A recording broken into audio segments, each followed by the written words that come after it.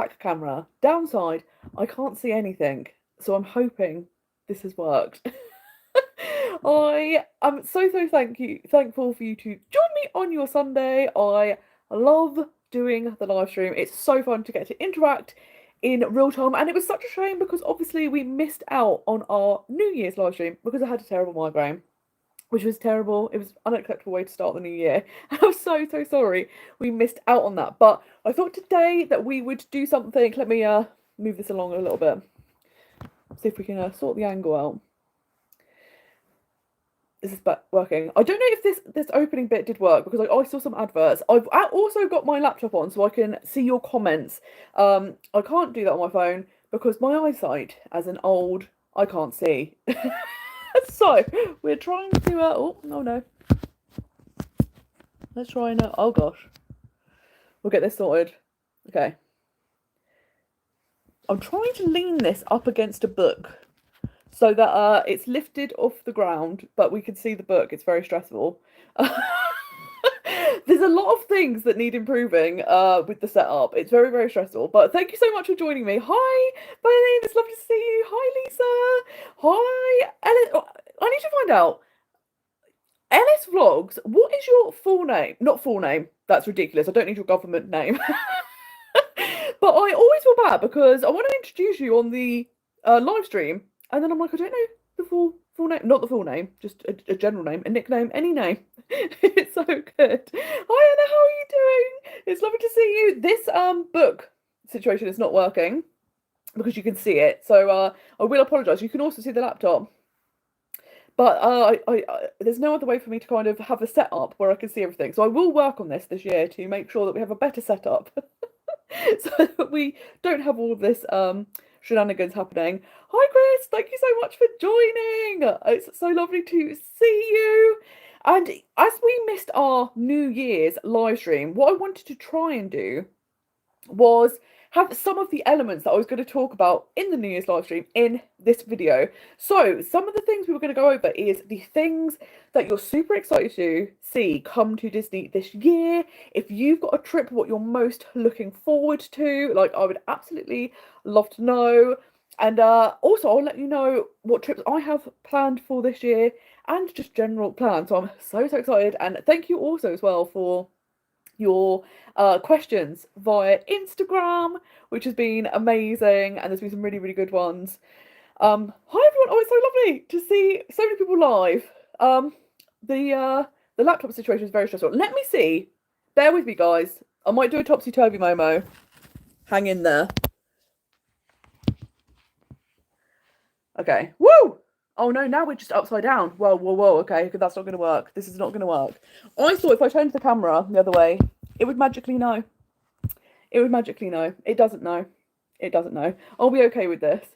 I know it's very stressful because it's one of those things that if you have something set up in one situation, so like you can't, the camera's in one place, then the laptop's somewhere else, and then you're like, I don't want to keep looking away and not be able to see the laptop, so I really need it in front of me. I have tried it before using my camera, my Osmo Pocket camera.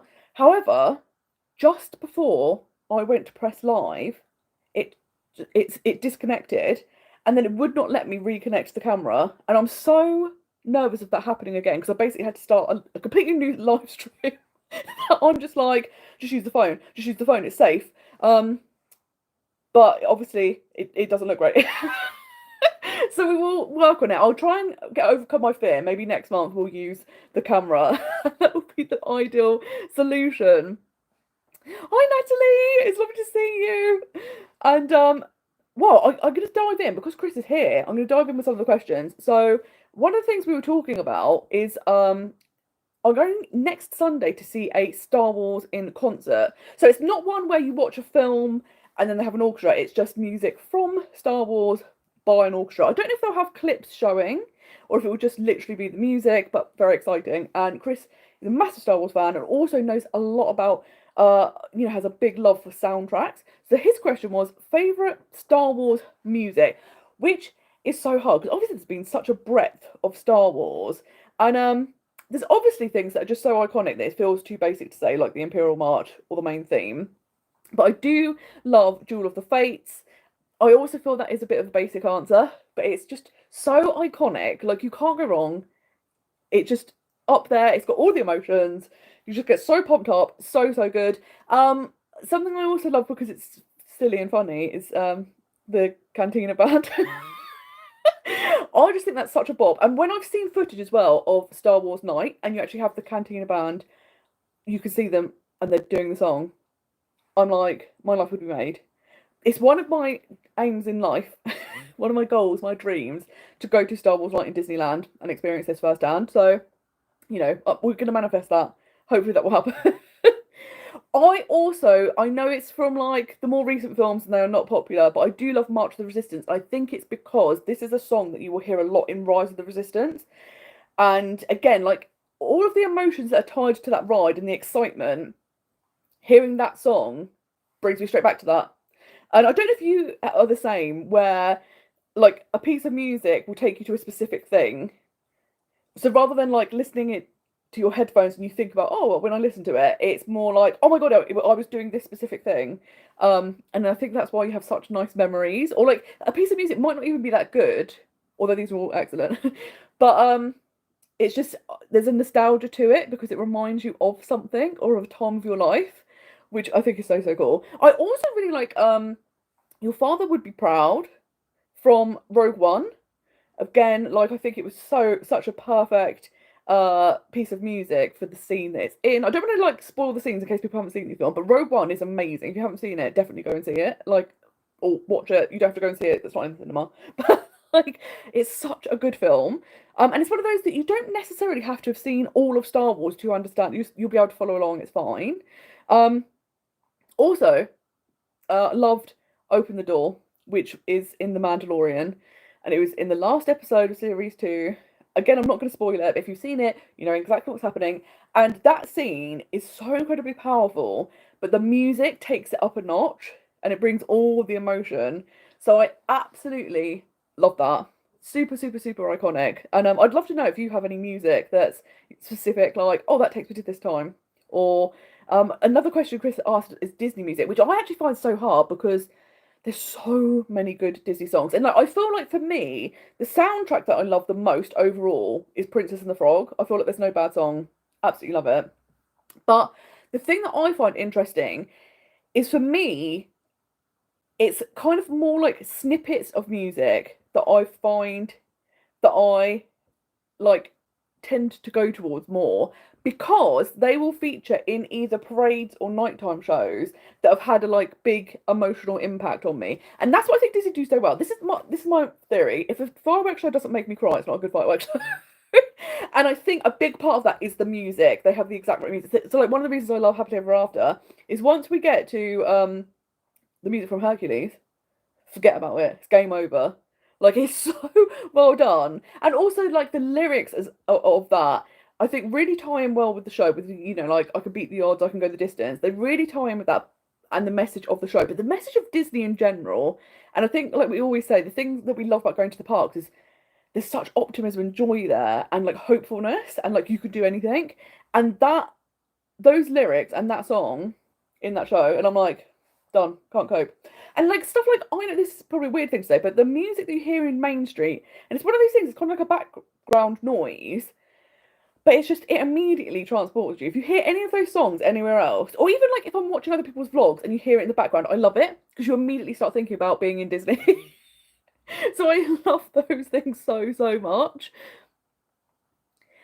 Yes, Chris, you're going to Disneyland, which I'm so excited about. You're going to get to go to Galaxy's Edge, and it is going to be such a dream. And I think I cannot wait to hear what you think of it and see what you think of it, because it's so fun and it's like so immersive. Because this is the thing I think is interesting. Like all of the Disneylands are immersive, but Galaxy's Edge I feel like is next level, because stuff like the shop names are all in the language of Batu. I don't know what that language is, but it's the language of Batu. Like, so you don't know anything. The first time I went, I was like, I don't know what anything is. Like, you need to find toilets. You're just going to have to work it out yourself. Like, nothing signposted. But what's great about that is it feels like a real place. And I think that's so, so brilliant. And yeah, I cannot wait. Hi, Julia. Lovely to see you. Thank you for joining us. Yes, Lisa! Rise of the Resistance is so good, isn't it? And I love that we got to go on that together, and we also got to go on it with Sarah, and it was her first time, so we got to see her reaction to it, and it's so, so good.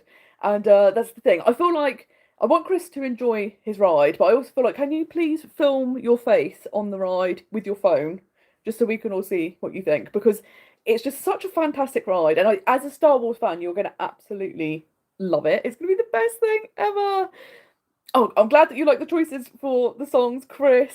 The main theme for Ratatouille takes you to the ride in Disneyland Paris, and when you're with Karen, and yeah, you're 100%. You're like me. Like it's that weird thing, isn't it? Like you associate music with memories rather than just the music itself.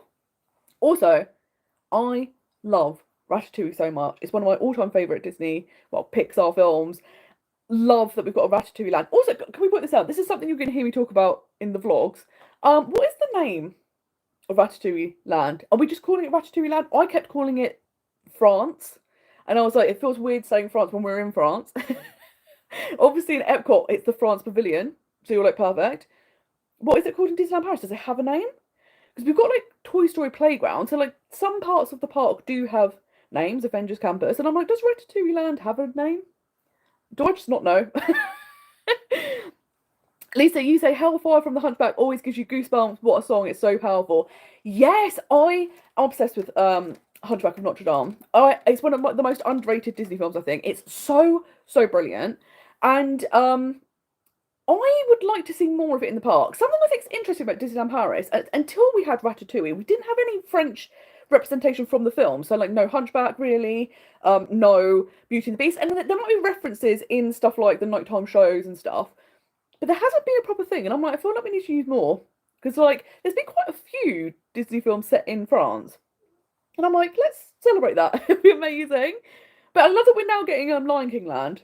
And I'm just like, I'm very excited for it, because obviously Lion King, very nostalgic. What will it be like pretending you're in Africa when it's -5 and snowing? I'm wondering how they're going to get around that. Because that is going to be very interesting. So I love that we've gone. We're not getting Beauty and the Beast. We're not getting Hunchback. We're getting Lion King.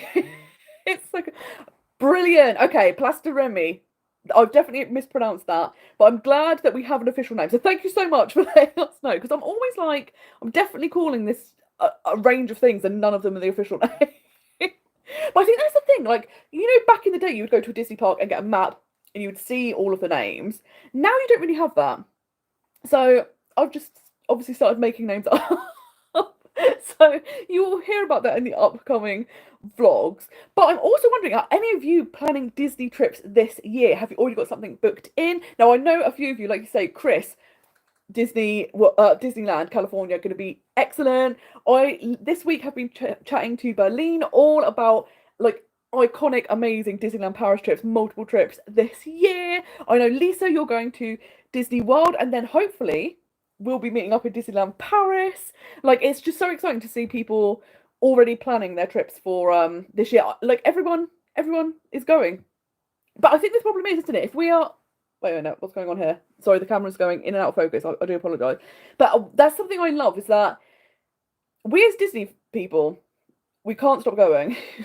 And it does feel that thing of, like, if you don't go once a year, it feels like such a long gap. So even if it's like any Disney park, you're like, every Disney park is iconic. But it feels like I have to go, I can't miss a year. It would be terrible. Yes, Lisa, Disney World in November, Disneyland Paris in November as well, which is going to be amazing. Back-to-back trips. Alex is going to Paris in March, which is going to be so awesome. Yes, Travel with the Thompsons. I'm so excited because you've got Paris and Disney World very, very close to each other, which is going to be absolutely incredible. And especially your first Disney World trip, because like I feel like first trips are always so exciting, because what I love about Disney is there's familiarity, but also they're very unique, the parks. And I just cannot wait for you to experience Disney World, because it's just like everything is bigger and bolder, and it's like on steroids. It's so fun, and it's just going to be so, so good. Oh, I'm so sorry to hear that you're poorly, Berlin. It's the worst, isn't it, when you're unwell? But when you have something to look forward to, you're like, okay, I'm going to get this out the way now, so that when I go on holiday, I'm going to have the best trip. which is going to be so good. But this year, I am doing a lot of Disneyland Paris trips because obviously last year I got to go to Disney World, which was amazing, and I'd love to visit the American parks much more. I'd love to go to the Asian parks as well, but obviously it's just a budget thing. So this year I'm going to do more focus on Disneyland Paris. Of course, I've just had my birthday trip, which was amazing. It was so much fun, so iconic. I visited in a very different way to how I normally visit. It was excellent, and my friend Kirsty Ann, who I've seen in the videos, had the best time, and it was so lovely to make memories together. But I'm also planning a trip in May, a trip at the end of September, beginning of October, and in November. And I think what's going to be really fun is I'm going to be staying in 2 hotels that I've never stayed in before at Disneyland Paris, which is going to be so awesome. I'm very much looking forward to staying in them. And I'm going to be planning to film planning videos in the parks. So instead of what I've currently been doing where I will kind of talk about a topic at home and then insert footage from the parks when I'm talking about a certain thing, I'm going to try and film videos in the parks themselves so you can see them in real time, and also just be more interesting than seeing my living room.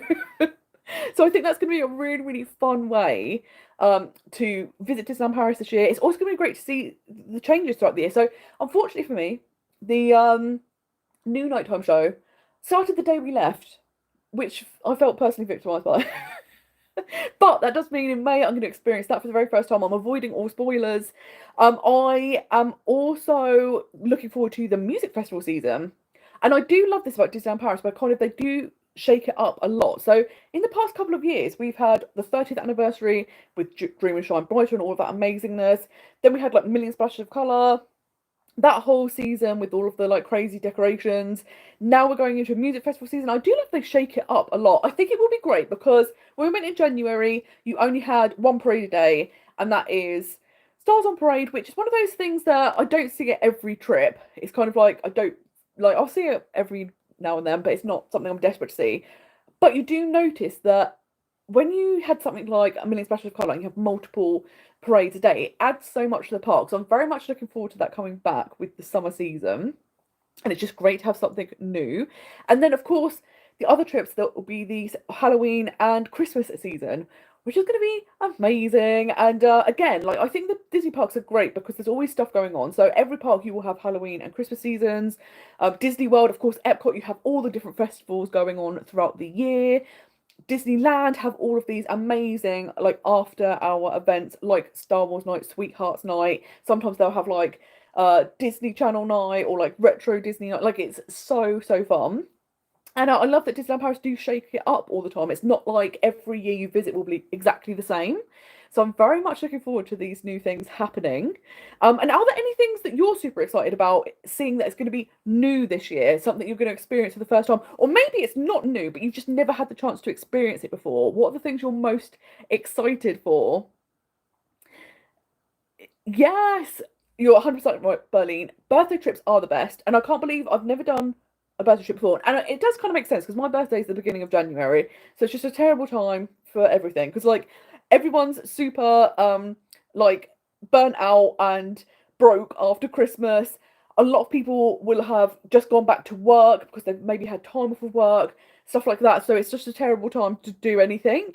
And I've visited in January before, but normally towards the end of January. So never done the very beginning, and it was so much fun. Like I would absolutely recommend it, and get the birthday badge.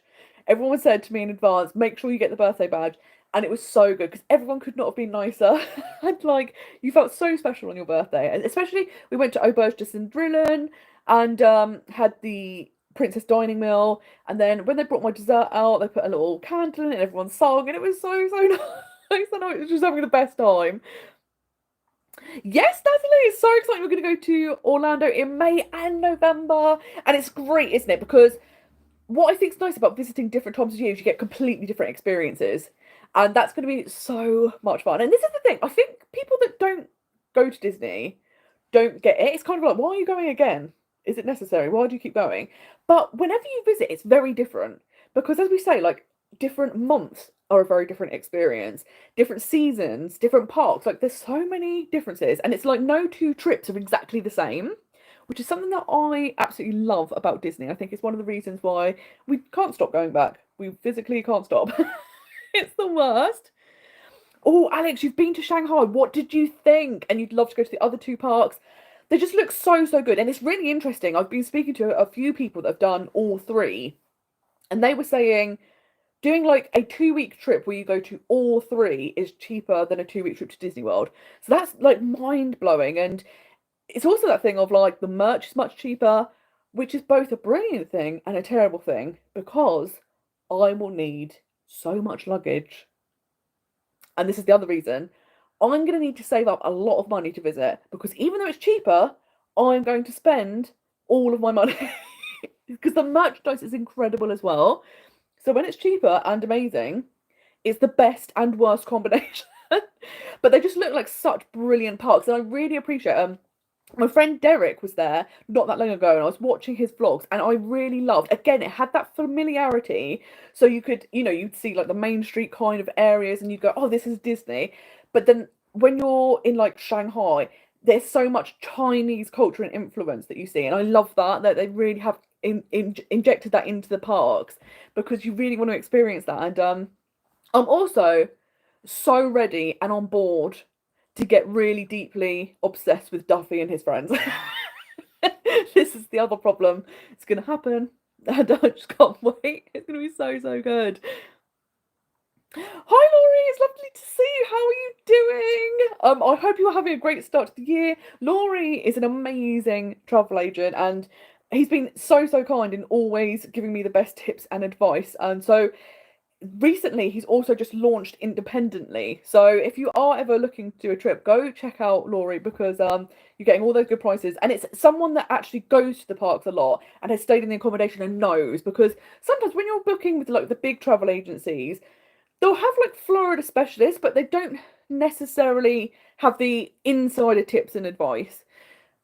They'll know the general stuff, but going to someone who has the first-hand experience is the best. So I'm so excited that you've launched and you're your own travel agency now, which is fantastic. Yes, Natalie, you don't only do Disney, there's so much more to do. And yeah, I totally agree. Like, there's loads of other amazing things to do in the destinations you visit and just in the world. So I definitely am someone who also loves that. But I think there's a reason we all keep going back to Disney, and it's definitely because it is unlike anywhere else. Like when you go to a new destination, it's so exciting, and there's so much culture to experience, and like cuisine, history. It's so fantastic. You come up with amazing memories. But then Disney, I think it's that brain break that you get where you're not worried about the news that's going on or things happening in your own life. It's just that like everything's positive, everything's joyful, and it's so optimistic, and like you can do anything. And I think that's why we can't stop going. It's so nice. Hi Mark, it's lovely to see you. How are you doing? Yes, Paris was a lot of fun. There's a ghost in the house. I do apologise. They're like, if you're going to say we should go to other places other than Disney, this ghost is not on board. But yes, it's so, so fun that you're going to maybe head to Efteling, which would be amazing. I am yet to go, and it looks iconic. And everyone I know that's been is like, it's so whimsical, it's so beautiful, and like it's super easy to get to as well. So there's so many things I need to go. I also need to be going to Europa Park and Phantasialand in Germany. Like there's so many places to explore. Something I have done for this year is bought a Merlin annual pass. So I think that's going to be really, really fun because I haven't been to the UK theme parks for a very long time properly. Obviously, I did go to Fright Nights at Thorpe Park last year, which was super fun. And I'm going to go, obviously, this year now I have the annual pass. And then it's also, you can go stuff to like the London Dungeons, London Eye. So I think it'll just be really fun to do lots of little UK day outs as well. So very excited about that. And I got it when it was like during a sale. So you save a lot of money. So I think it worked out. I think I'm on like, there's 4 tiers and I'm on like the second tier. And it was something like £10.50 a month, which is unbelievably cheap. Like that's going to the cinema, or you can go to a whole theme park. Like it's so, so good. And yes, it'll be so good, Mark, if you get to Disney once Epic Universe has settled down. That's the big thing, I think, this year, is it's like, do you visit this year in the later part of the year so that you can experience Epic Universe? However, they've still got that, if you buy any Universal tickets this year, you can only go to Epic Universe for one day. However, that is disappearing in 2026. So it will open you up to doing more days there. And then, like you say, 2026, the initial rush should have died down. So it's like, do you go this year because it's super exciting and new? Or do you wait a little bit and maybe it'll be calmer? I feel like it's going to be busy for a long time. I don't know how much calmer it will be in 2026, but probably a little bit, I would imagine. I'm sure it's going to calm down. But we've been seeing the first footage of people that have been able to go and look around Stella Nova, and it looks stunning, like really, really beautiful resort. So loving that there's so much happening. I feel like there's so much happening in all the parks everywhere this year and the next coming years. It's going to be amazing for us. I'm so glad to hear that Efteling is so magical, different from Disney, but you love it. And that does sound amazing. And like the accommodation looks great. It's so, so good. Alex says Shanghai was amazing. The castle is incredible. Yes, the castle looks stunning. This is something I need to see in person because it's just like the scale of it. It just looks beautiful. You went the year it opened, so it's changed so much since you've been. And again, I think that's the nice thing, isn't it? The Disney parks are always evolving, and it's that thing of if you visit like and it's every year, there'll still be differences. But if you have a bit of a longer gap, there's so much change that it's literally incredible. And I'm glad that Disneyland Paris is sort of catching up because the main park in Disneyland Paris has not had anything new for decades. But obviously, we're having so much done with Walt Disney Studios Park, and like even in the past, I can't remember. I think Ratatouille opened like 10 years ago. So you've had like obviously that Avengers Campus. Now we're getting World of Frozen. We're going to get Lion King. Like loads of things happening in that park. So it's great to see. There's a lot of reasons to keep going back. But yeah, especially like Disney World and Orlando in general. The parks are just constantly evolving, which is so so good. Also love Duffy. I'm so ready. I am already obsessed with Gelatoni. I'm already starting to get favourites and I haven't even experienced them. So I'd love to know once I get out there finally who I'm going to become obsessed with. It's so good. Oh, Laurie says Hong Kong Explorers Lodge does the best aroma stone and fragrance oil set. Again, it's so nice when the hotels have like unique merch and then especially ones that are scent. And then it's that thing of when you smell it, you immediately get taken back to that hotel. Like I know Disneyland Paris, you can get the fragrances from the hotels, and it's just such a nice, unique gift to bring home. Julia, you went to Disney World for the first time last year and going to Europa Park this year. And yeah, first visits are always so exciting. What did you enjoy the most? I think that's a hard question because it's hard to narrow it down. But Europa Park looks amazing. And there's just so many things to explore. I'm like, there's not enough time or money. I feel like we all need to have like a fund that we can dip into to be like, I really need to go to these places, guys. It's really important because it'd be so so good. And Alex, yes, you're excited that I've got the Merlin pass because there's so much to do in the UK parks. And yes, that's the thing, isn't it? Like I kind of completely haven't been to them for so so long, and I'm really excited to go back to Thorpe Park because the day we went, even though we went on a random day in October. Luckily, the people I were with were all pass holders, go all the time, and they were like, "You've just been really unfortunate because this is the busiest day I've seen it the entire year. I don't know what's happening."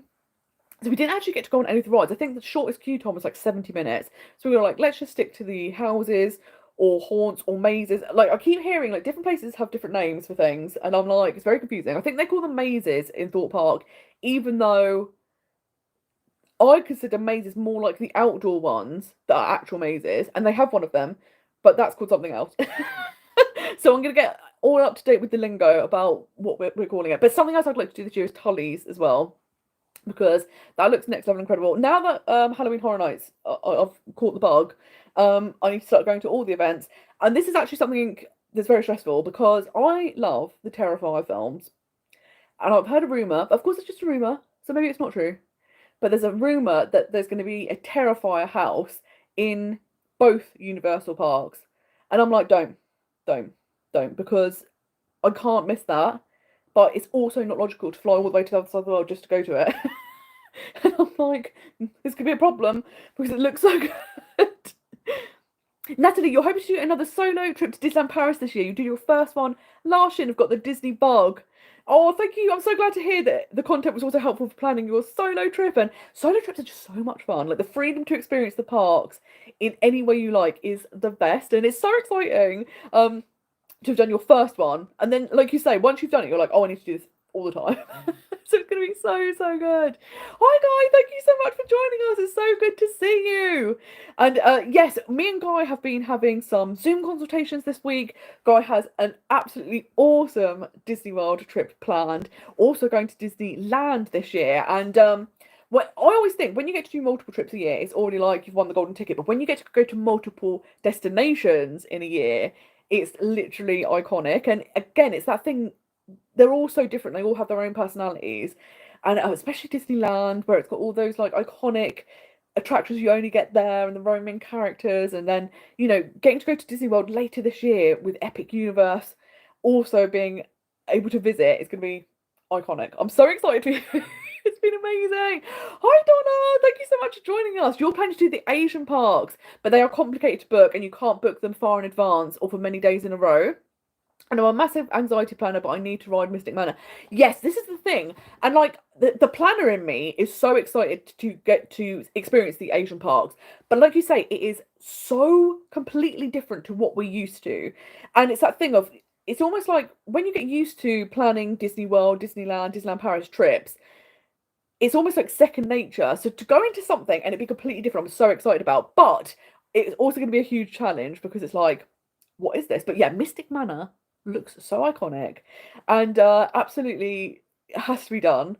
And they just the parks look next level incredible, especially Tokyo as well. Like I'm desperate to go to Disney Sea, and like also all the hotels, like it just looked like the best holidays. I'm like, we need to set up this like lottery fund that if you like Disney, you pay in, and then every week someone wins a jackpot and they can go and do these amazing trips and report back to everyone. And we just do it every week, which would be amazing. Mark, you're saying you're thinking of going to Florida for Flower and Garden in 2026. Great time of year to go, so looking forward to seeing Epic Universe. The ponies say hi. Guys, I have to tell you, one of the best things that happened to me over the Christmas and New Year period was I got some little videos of all of the animals that Mark lives with, and it's iconic. And then I saw these tiny horses, and I was like, oh my god, are these miniature horses or Shetland ponies? And then Mark said, they're miniature Shetland ponies, which I didn't even know you could get. Tiny things made tinier. And I was like, they are too cute. But yes, I think Flower and Garden looks stunning. And like I say, again, the fact that Epcot has different 4 different festivals throughout the year, you really can't go wrong. And like you say, it's a nice time of year to visit. And this is the thing, like, I love visiting Disney World in September because you've got the great prices, you've got the Halloween season. Like, I'm now obsessed with Halloween Horror Nights, so that's a big benefit. However, this last year, the weather was unreal. And I have noticed each time I go, the weather's getting hotter and hotter and hotter. The hurricanes are becoming much more frequent. And I'm like, oh, maybe it would be nice to explore other times of the year. Because I have been in May before. I have done a few different times of year. But I'm like, oh, maybe we should get back into that. Because I've done September quite a few times now in a row. So I'm like, let's expand and do some other things. I'd love to go for the Christmas season. I've never been to Disney World for the Christmas season. And I'd also love to do like Flower and Garden. I'd love to do May 4th in Galaxy's Edge. I think would be iconic. I would like to say I'd like to do one of the Run Disney events. But then I'm like, in Florida, maybe not. And I know they start at like 5 a.m. so that you don't die. But I might still not survive. So I don't know. But do you know what I would love is they brought Run Disney back to Disneyland Paris. And I don't know if you saw the podcast with Liz at the end of last year, but she was someone who's done all of them at Disneyland Paris. And they're just so fun. And I think that would be great. So I really hope that will come back one day because much more tolerable weather conditions for running, I think, in Disneyland Paris. It's so exciting. Oh, hi Daniel, lovely to see you. How are you doing? You've booked all of your Disney dining today for Paris. That's so exciting. And you've got your first solo Paris trip in March. And as I say, I love a solo trip because getting to experience Disney with like, you can set the schedule, you can set the budget, you can just do whatever you like. If you love It's a Small World, you can go on it 20 times in a row. No one else is going to tolerate that, but you can do it. Like, whatever you fancy, you get to do. And I think that's the best thing. And also, it enables you to pick up on little details that you miss out sometimes because when you're with other people, when you're walking around, you're chatting and like you're all excited, but you can sometimes miss out on things. But when you're solo, you really pick up on all the details, which is so, so nice. But yeah, I'm so excited for you. And it's also really just fun when you've got something booked and you're like, I've got the hotel, the flights, I've got the restaurants, like I know I'm going. And it's just the best feeling, isn't it? Because then you've got a countdown that you can look forward to, which is so, so good. And you're going to Disney World in November. And I think that's going to be fantastic as well because, like, the Christmas season, Disney World, iconic. And like we were saying, if you get to two different destinations in one year, it's going to be so, so good. And again, it's nice that you're mixing up like a solo trip and a trip with a friend. And I think there's really no bad way to visit Disney because if you visit with family and friends, you'll have that experience of making memories together. If you visit solo, you're doing it the exact way you want to do. Like I say, maybe I'm just biased, but I'm like, there's no bad way to visit Disney, and I don't think you can go too many times. I think that's a lie that's being spread by people that want you to visit other places, and other places are amazing as well. But there is a reason why we all keep going back, and I think it's because it's just so fun. And it says solo trips are amazing. You did one in 2023 to Disneyland Paris. Being able to change plans at the last minute and go back to your hotel, Sequoia Lodge for a swim is great. And I think that's the thing, because one thing I did feel bad about during this trip is I was having a real difficult time sleeping. So we had all intentions to go to Extra Magic Hours. And the first night, I got maybe half an hour's sleep. And it was one of those things as well. I was so conscious of like the alarms going off at 6 a.m. The alarm's going off at 6 a.m. And then it gets to 6 a.m. and my friend woke up and I said, I literally can't. I can't go out. I've got to try and get like an hour or so extra sleep. So we didn't end up doing Extra Magic Hours, and I felt so guilty because I didn't want to take anything away from her experience. But I think luckily the time of year we were there, we still got to do so much, and the queue times were super reasonable. So we were lucky that we didn't really miss out because of it. But like you said, when you're solo, you don't have to worry because you do feel bad if you kind of have to change plans and you're with someone else. Oh, Daniel, you've booked Waltz, Remy's, Jack's, and Royal Banquet. They are a really great range of restaurants. I was in Waltz this trip, absolutely loved it. I had the giant cookie dessert, which was incredible. It was so, so good. Remy's, the theming is unbelievable. Everything being oversized, the whole storyline of you're shrunk down to the size of a rat is brilliant. Jack's being inside the Pirates of the Caribbean ride is iconic, and Royal Banquet is one that I have not gone to yet, but I have spoken to people like Berlin who have been and heard their experiences. And like I said, for me, the only reason I haven't been is because I feel like the price tag, there's very, very few vegan options. So I'm like, oh, I know the characters you're kind of paying for, but there are other character dining meals where the food is also better for me. And I'm like, so I'm umming and ahhing. Do I go? Do I not go? One of those ones, but it looks amazing. Alex, you did Flower and Garden last year. April was a great time to visit. Less humid and nice cool mornings and evenings. Yes, and I think that's the thing, isn't it? You've got the best of both worlds that way. And I visited May one year, but I totally agree. I think if you can visit towards the end of April so that, spring break and all of the Easter holidays, everything's out the way, it's also a quieter time of year to visit, but you get the great weather, different festivals, great experience. And if I timed it right, I would also be able to go May the 4th. So I'm like, that has to happen, right? It'll be so, so good. Oh, hi, Belle! Also, can we all point out how Belle and Her Magic Toys is the most iconic name? So thank you for having that on here. But thank you so much for such kind words. You've said, I will just add, working with Sophie on trip planning has been amazing. I'm pretty organised in life. It's just taken so much pressure off having Sophie work with us on the itinerary. Thank you. And it's literally such a joy because, like, for me, I get so excited about other people's trips, just as excited as I do about my own. And I think it's because I know what is in store for people, so I get so excited just knowing, oh my god, they're going to experience this soon. And being able to, like you say, even if it's just give a little bit of help, advice, take some pressure off, it's such a nice for me to be able to kind of be able to give a little bit of help and assistance and play a little part in the trip, and then you come back and you've had the best trip. So I'm so excited for you, and I cannot wait to hear all about it. It's going to be the best. And hi Stephen, thank you for joining us as well. Oh, you're doing a 2-night vacation and you're ending in Magic Kingdom after hours and then catching the plane back home after the party. Oh my god, that's iconic. That is amazing. Like fresh out the party on the plane. That's gonna be so good. And you're booked for March at Port Orleans Riverside. I'm so excited you have another trip booked. You and Jen always look like you have the most amazing time. Such an amazing resort. And I think going to a party and then getting straight on a plane home is the way to do it. That's going to be so good. And the after hour events are great, aren't they? Because they're just so much quieter, much more relaxed. Like you can just go and do whatever you fancy. You're not having to rush around so much. So brilliant. So I'm so excited for you to have another trip and so soon. And I think that's the nice thing, isn't it? Now that we're in a new year, you finally get to say, I'm going this year, which just immediately sounds better than I'm going next year. So that's one of the things I love when we start a new year. Yes, Daniel, it's so interesting that Paris, the parks do open later than Florida. So in the summer, it shuts at like 11 p.m. What I think's interesting is I think all the different parks have a slightly different strategy.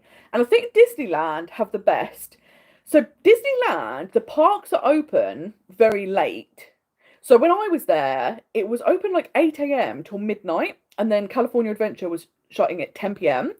But what would happen is the fireworks in Disneyland Park were at 9 p.m. and then the park stayed open to 11.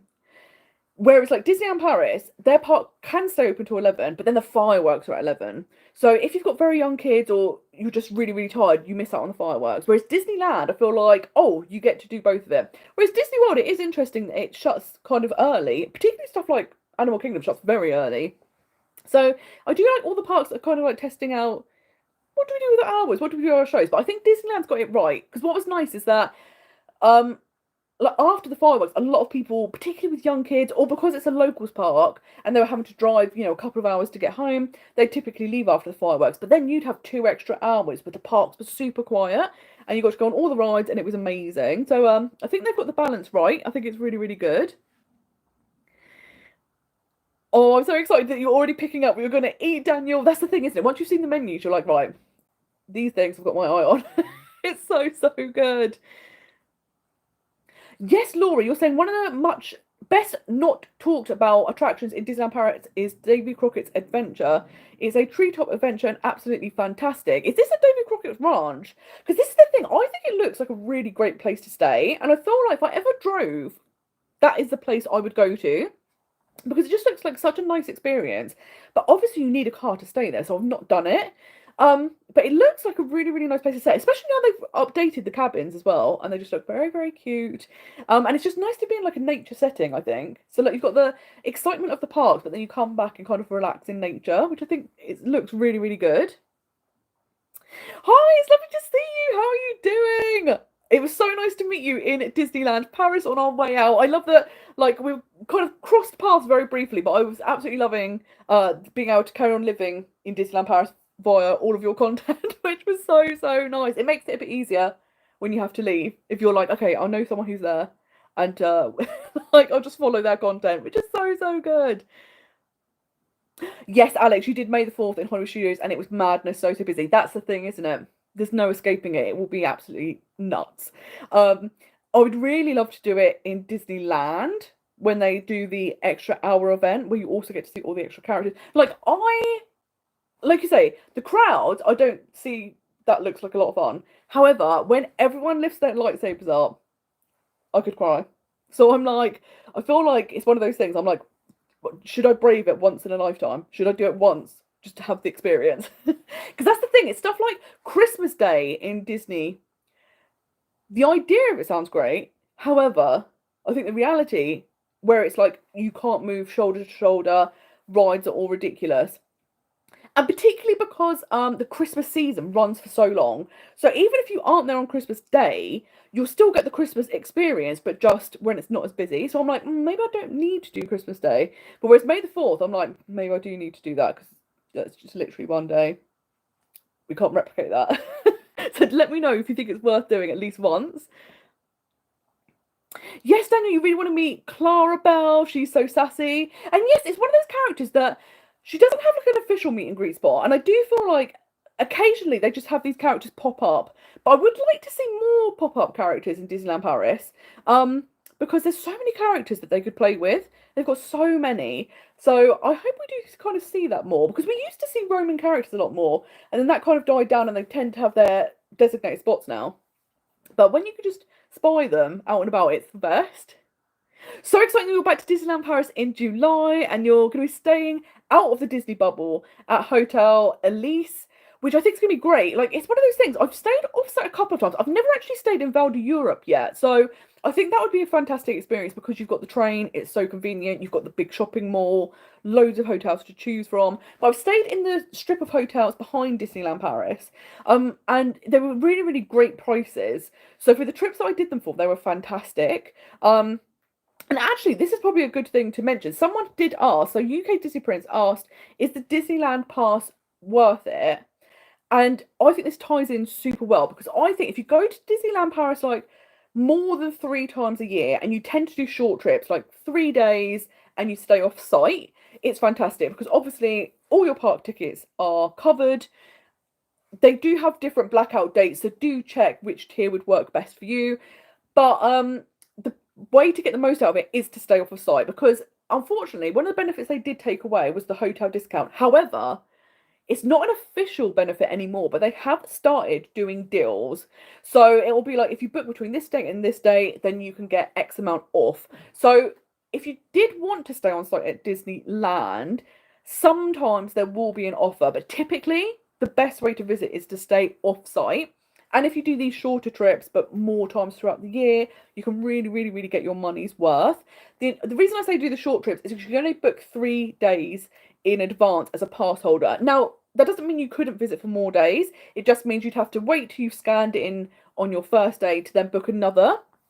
That shouldn't be a problem unless it's high season, like Christmas Day or something. Then you probably would have a problem getting into the park because they're at capacity. So that does seem a lot more manageable now. But I would say the Disneyland Pass, if you visit quite frequently, you do short trips and you stay off site, it's a really, really good option. I haven't got the new Disneyland Pass because I like to visit in the off season when the prices are good anyway. And I love staying on site. So I've always look out for good deals. And then once I see a good deal in the off season, I will do that. But I also have that luxury. Whereas if you don't have the ability to book in the off season, I think it can be a really good option as well, because you'll be able to visit the parks, your tickets all paid for, but you can get the better deals for hotels off site, which will be so, so good.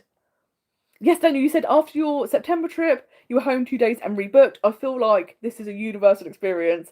I actually see so many people like at the airport waiting to get on the plane home, like looking up, when can we come back? Because it's just so, so magical, so much fun, and everyone just has such a good time that you like it. I think that the hardest thing is if you leave Disney and you haven't got another trip booked and you don't know when you're going back, it feels really horrible. However, the trick is to have another trip like either booked or planned. Like, I know I'm probably going to book in 2 months that I'm going to go back next year, and then at least it feels more manageable.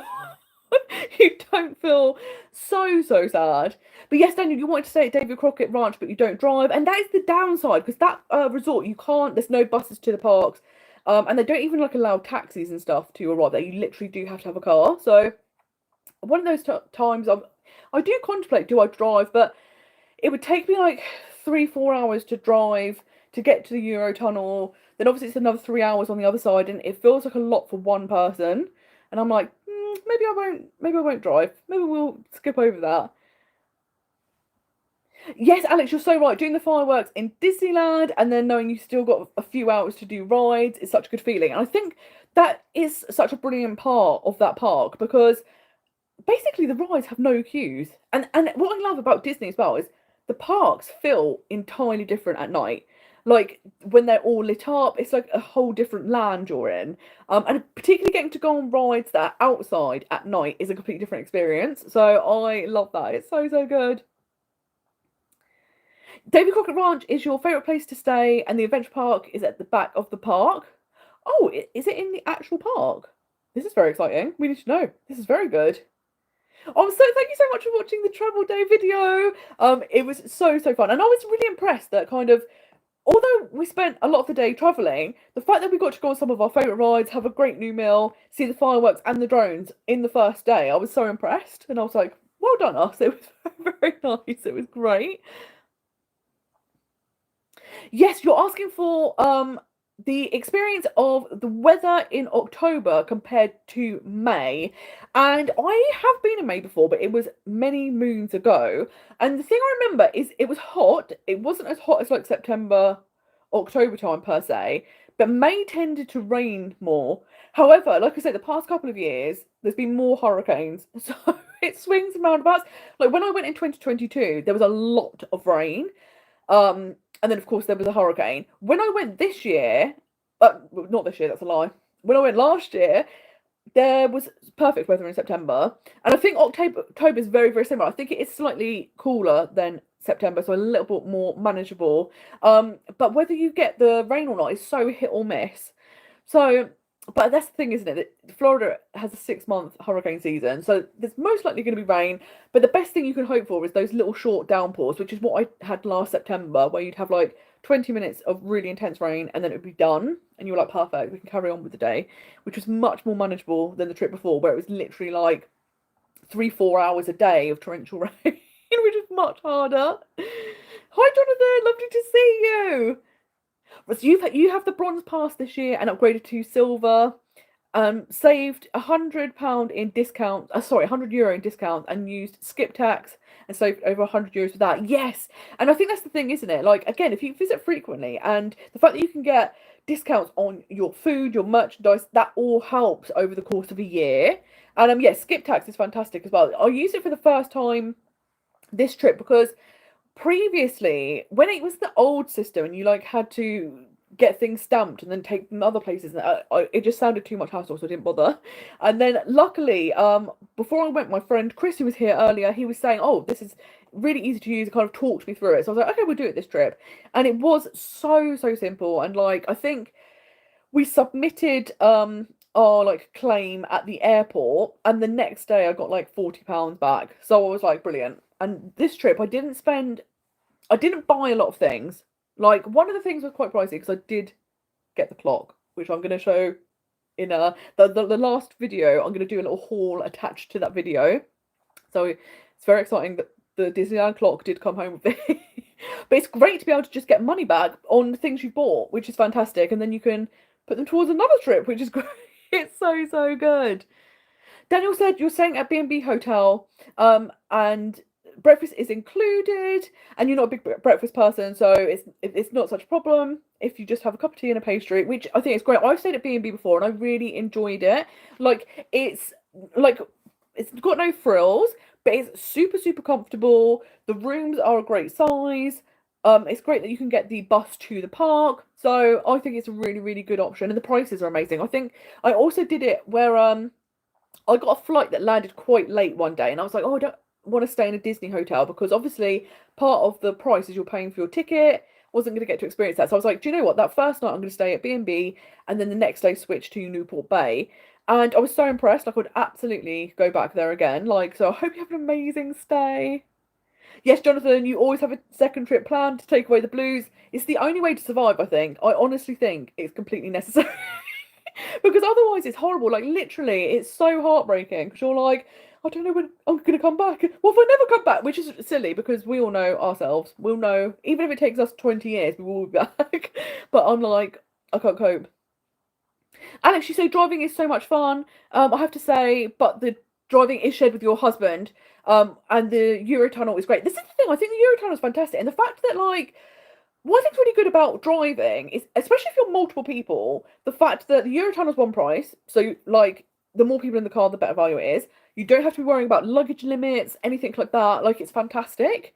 And like if you're staying at a Disney resort, you get the free parking at the hotel and even at the park. So if you were staying at Davy Crockett, you could drive to the parks, get the free parking there. So I'm like, it sounds like really good. So yeah, maybe I need to find someone to split the driving with, and then I'll be like, okay, we're doing this. It'd be so good. It is funny though, I saw someone the other day and they were talking about how obviously in America the driving distances are much bigger than ours. So like a 3-hour drive to an American is nothing, whereas here it's like, I'm like, calm down. That seems excessive. But when I was 18, I actually did a 10,000-mile road trip around America. And I did it with a company called Trek America. So it was a small group. There was like a maximum of 12 of us, and we had a driver. And I remember some days, we had 2 days during that trip where they drove for 12 hours. Like, obviously, we did stop for like breaks and food and stuff like that. But I was like, I couldn't cope. If someone said, "Oh, we just do it, you can just do a 12-hour drive," I'd be like, not in this lifetime. I can't. I can't. So it is amazing the difference. In fact, actually, when I was in Disneyland, I was in the queue once, and I was talking to a lady who was from Utah, and I said, "Oh, how long does it take you to get here?" And she said, "Oh, it's not that long. It's just a 10-hour drive." And I was like, "It took me 10 hours to fly here from the other side of the world." I can't believe it, that it's just so casual. Like 10 hours is nothing. And I was like, I thought a 10-hour flight was long, but they're just like a casual 10-hour drive. And it's only like a couple of states over. It's not even that far. But it's the distance is amazing. Daniel, you said you were in Magic Kingdom on a Halloween party day from rope drop to the end of the party. Yes.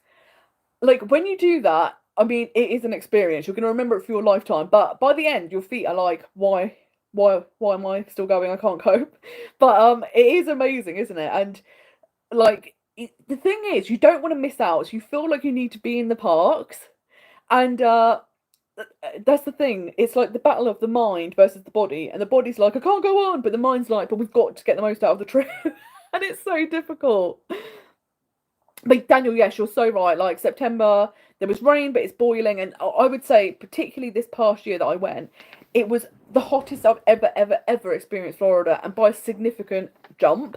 And in fact, I was met up with some people out there, Alison and Chris, and they go every September, and they were like, they've seen the change in the temperature, and they're like, if this is the new normal, and in fact every year it's going to get hotter than this, I don't think I can go in September again. And that's one of the things I'm thinking, is like, maybe I need to start going a different month, because it was so intense, the heat. It was really wild. Yes, Sarah, lovely to see you here. May has the love bugs. They don't harm you, which is true.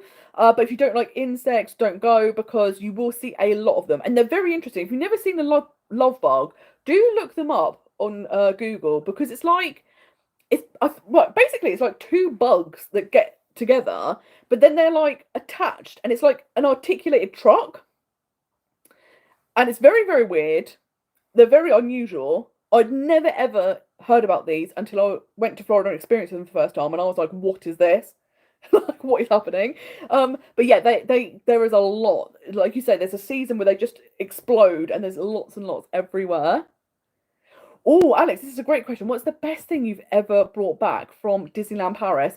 Oh, this is so hard, because I do think the clock is one of my favorite things I've ever bought, because it's that thing of like, it feels like a very special piece of merchandise. Because it's not just one. Like, I typically buy a lot of clothes, as we can tell, but when you have something like that where you can display it, and it's kind of that thing of, there's so much nostalgia for me for Disneyland Paris, because, showing how old I am, I went the first time when I was 5, the year Disneyland Paris opened. And like, so having all those memories, and of course, all of those memories, the first thing you see is that clock over the entranceway. So I think that is one of the most special things that I've ever bought back from Disneyland Paris, just because of the nostalgia attached to it. And I'm so excited to display it. And it feels like a proper piece of merchandise, because like with clothing, I love it. I live in Disney clothing. But that's how I justify it to myself, because I'm like, I'm going to wear this sweatshirt hundreds of times. So if it's $50, but I wear it 100 times, it's basically free. Like, I have to buy this. So I kind of try and do things practically, whereas the clock feels like a treat, and something super special. But I have to try and like remind myself to not go crazy, because there's so many amazing pieces of merchandise. I also, something else that I bought before that I loved was, I got an animatronic Grogu. And I loved the idea of having an actual animatronic. And I was like, the fact that you can have them in your own house now, it feels space age. And I'm sure it's not that special. I feel like a lot of toys probably are like that. But for me, I was like, oh my God, I can't believe this. And I'm obsessed with Grogu. I just think he's so cute. And like, he moves and he coos and he does all of the things. And it'll be so good. Oh, it's fantastic. Hi, Alison. Oh my God. I don't know if you were here, but I've summoned you, but I was literally talking about how we met up in Disney World and we were talking about how September was the hottest we'd ever experienced September. And we were both like, I don't know if I can come back again. It's too much. Oh, I love that you've just done a haul video, and I cannot wait to see what you bought because it's so exciting, and I'm very excited to see the vlogs and also what you thought of the new fireworks show. Now, I have deliberately avoided seeing footage of it and spoilers, um, but I can't wait to hear like your general overview of what you think it's like. Is it an improvement? Is it nice that you've now got the projections down Main Street? Does it really add to it? I just think it sounds amazing because it's such a state of the art show. It's going to be so good. And yes, we'll split the driving. That'll be perfect because then we'll all get to go. We can take it in turns driving, and we're going to Disney, so it'll be fantastic. It'll be so good. Yes, Guy has said maybe you could talk a bit about airline price surges and how 24 hours can make a big difference. It'll be good to let people know. And yes, this is something that me and Guy were experiencing last week. What's so difficult with flights and even like hotels. We didn't experience it with hotels, and we were very lucky. But some websites, depending who you book with, if they notice you are looking up prices, they kind of take note, and then as you look at it more, they start putting the prices up to kind of imply that the seats are selling or the rooms are selling, so you need to book now because otherwise you're going to miss out on a deal. They haven't necessarily sold any flights, but they're kind of surging the price so that you pull the trigger and you make the sale, which is very difficult because it's that horrible thing of like you want to be able to check you're getting the best price, but then when they start putting the price up, it's like, do I wait and see if those prices drop back down, which sometimes they do. If you wait a few days, they'll go back to the price, or do you just pull the trigger so you know that you're going before it escalates even further?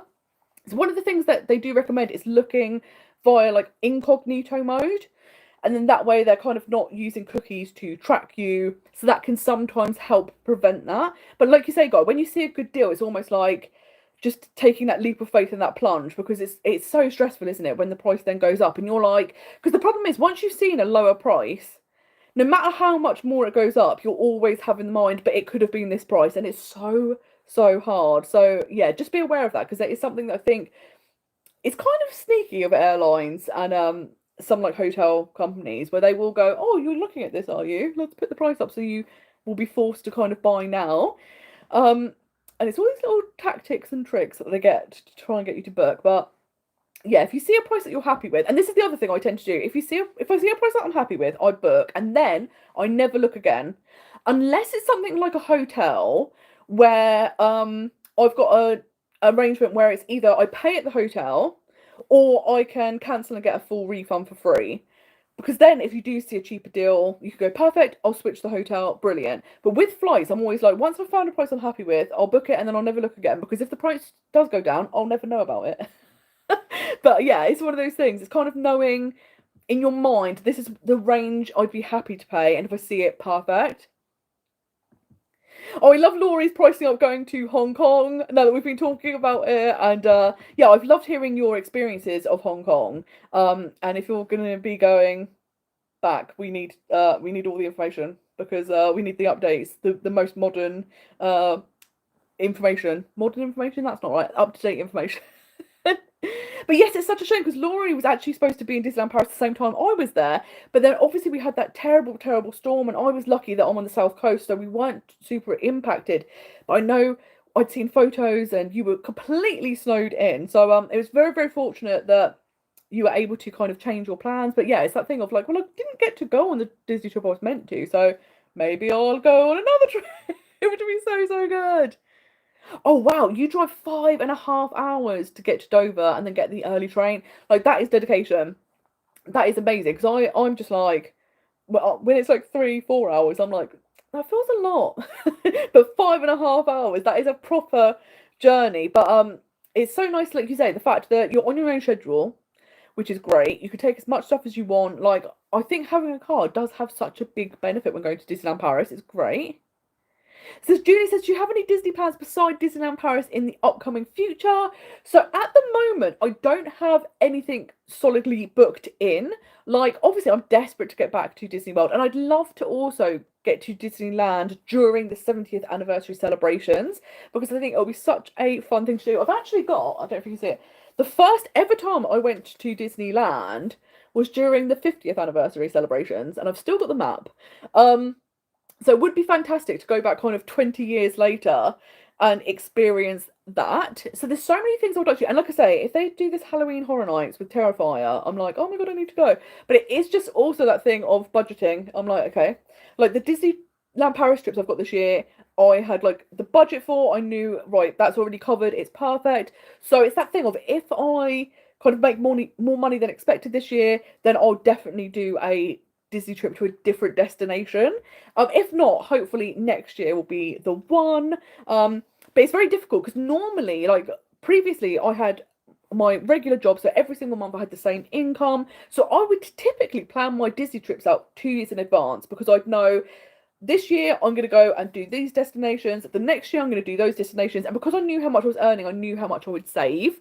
So it was fantastic. And then since last year when I switched to being self-employed, obviously it's a lot more up and down. And like, if you have a good month, you have to save some money for a month where you're maybe not earning as much. And I'm hoping that as the business grows, it will become much more easier to budget, and then all bets are off. Once I know, like, this is how much I'm earning and this is how much I can save towards trips, we will be back to doing a lot more, which will be so good. Yes, Benny, thank you so much. This is such a fun little Daisy Duck sweatshirt from Disney World. And what I love is on the back, it's the complete reverse. So the text is the opposite way, and then Daisy is the back of her head, which I think is so much fun.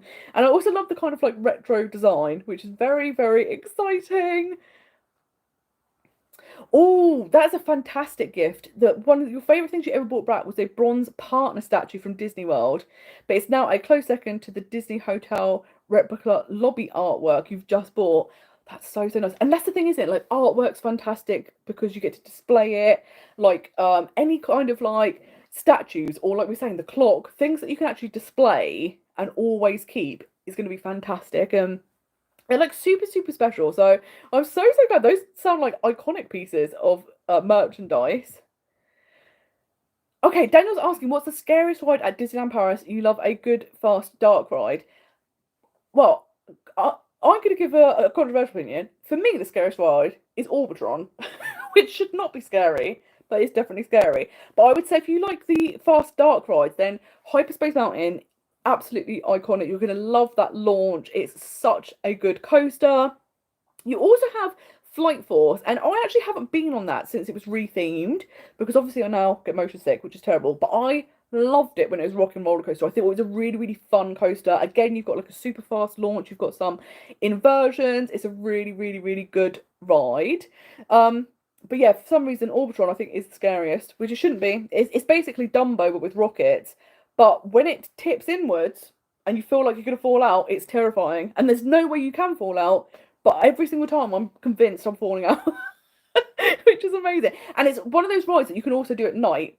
So it's a different experience, and obviously scarier at night. It's so good.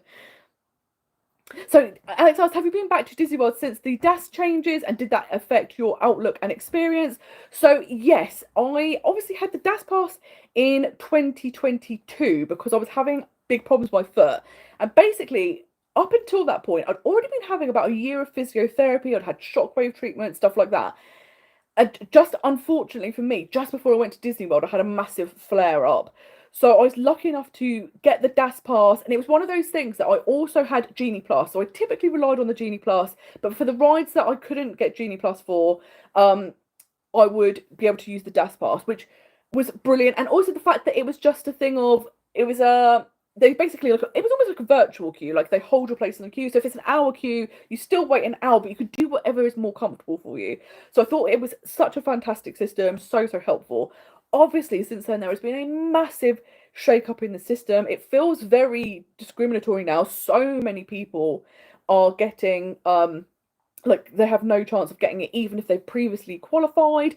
I did not need to use DAS for my last trip, so I did use multipass to keep the queue time down, and I was also doing a lot of breaks and stuff like that, but luckily I still go to physiotherapy and have work on my foot all the time, so it was luckily in a good place. So I didn't have to have experience with it, but I do know so many people now are just being turned down, and then it's that thing of, it really does obviously impact their experience, because if you can't stand in a queue and now you're being told we can't accommodate you, it's so difficult, because not everyone that needs DAS needs a wheelchair. So Disney's default thing is just get a wheelchair, but there's so many conditions, like if you have bowel conditions or things like that, you don't need a wheelchair, but you might not be able to stand in a queue for an hour.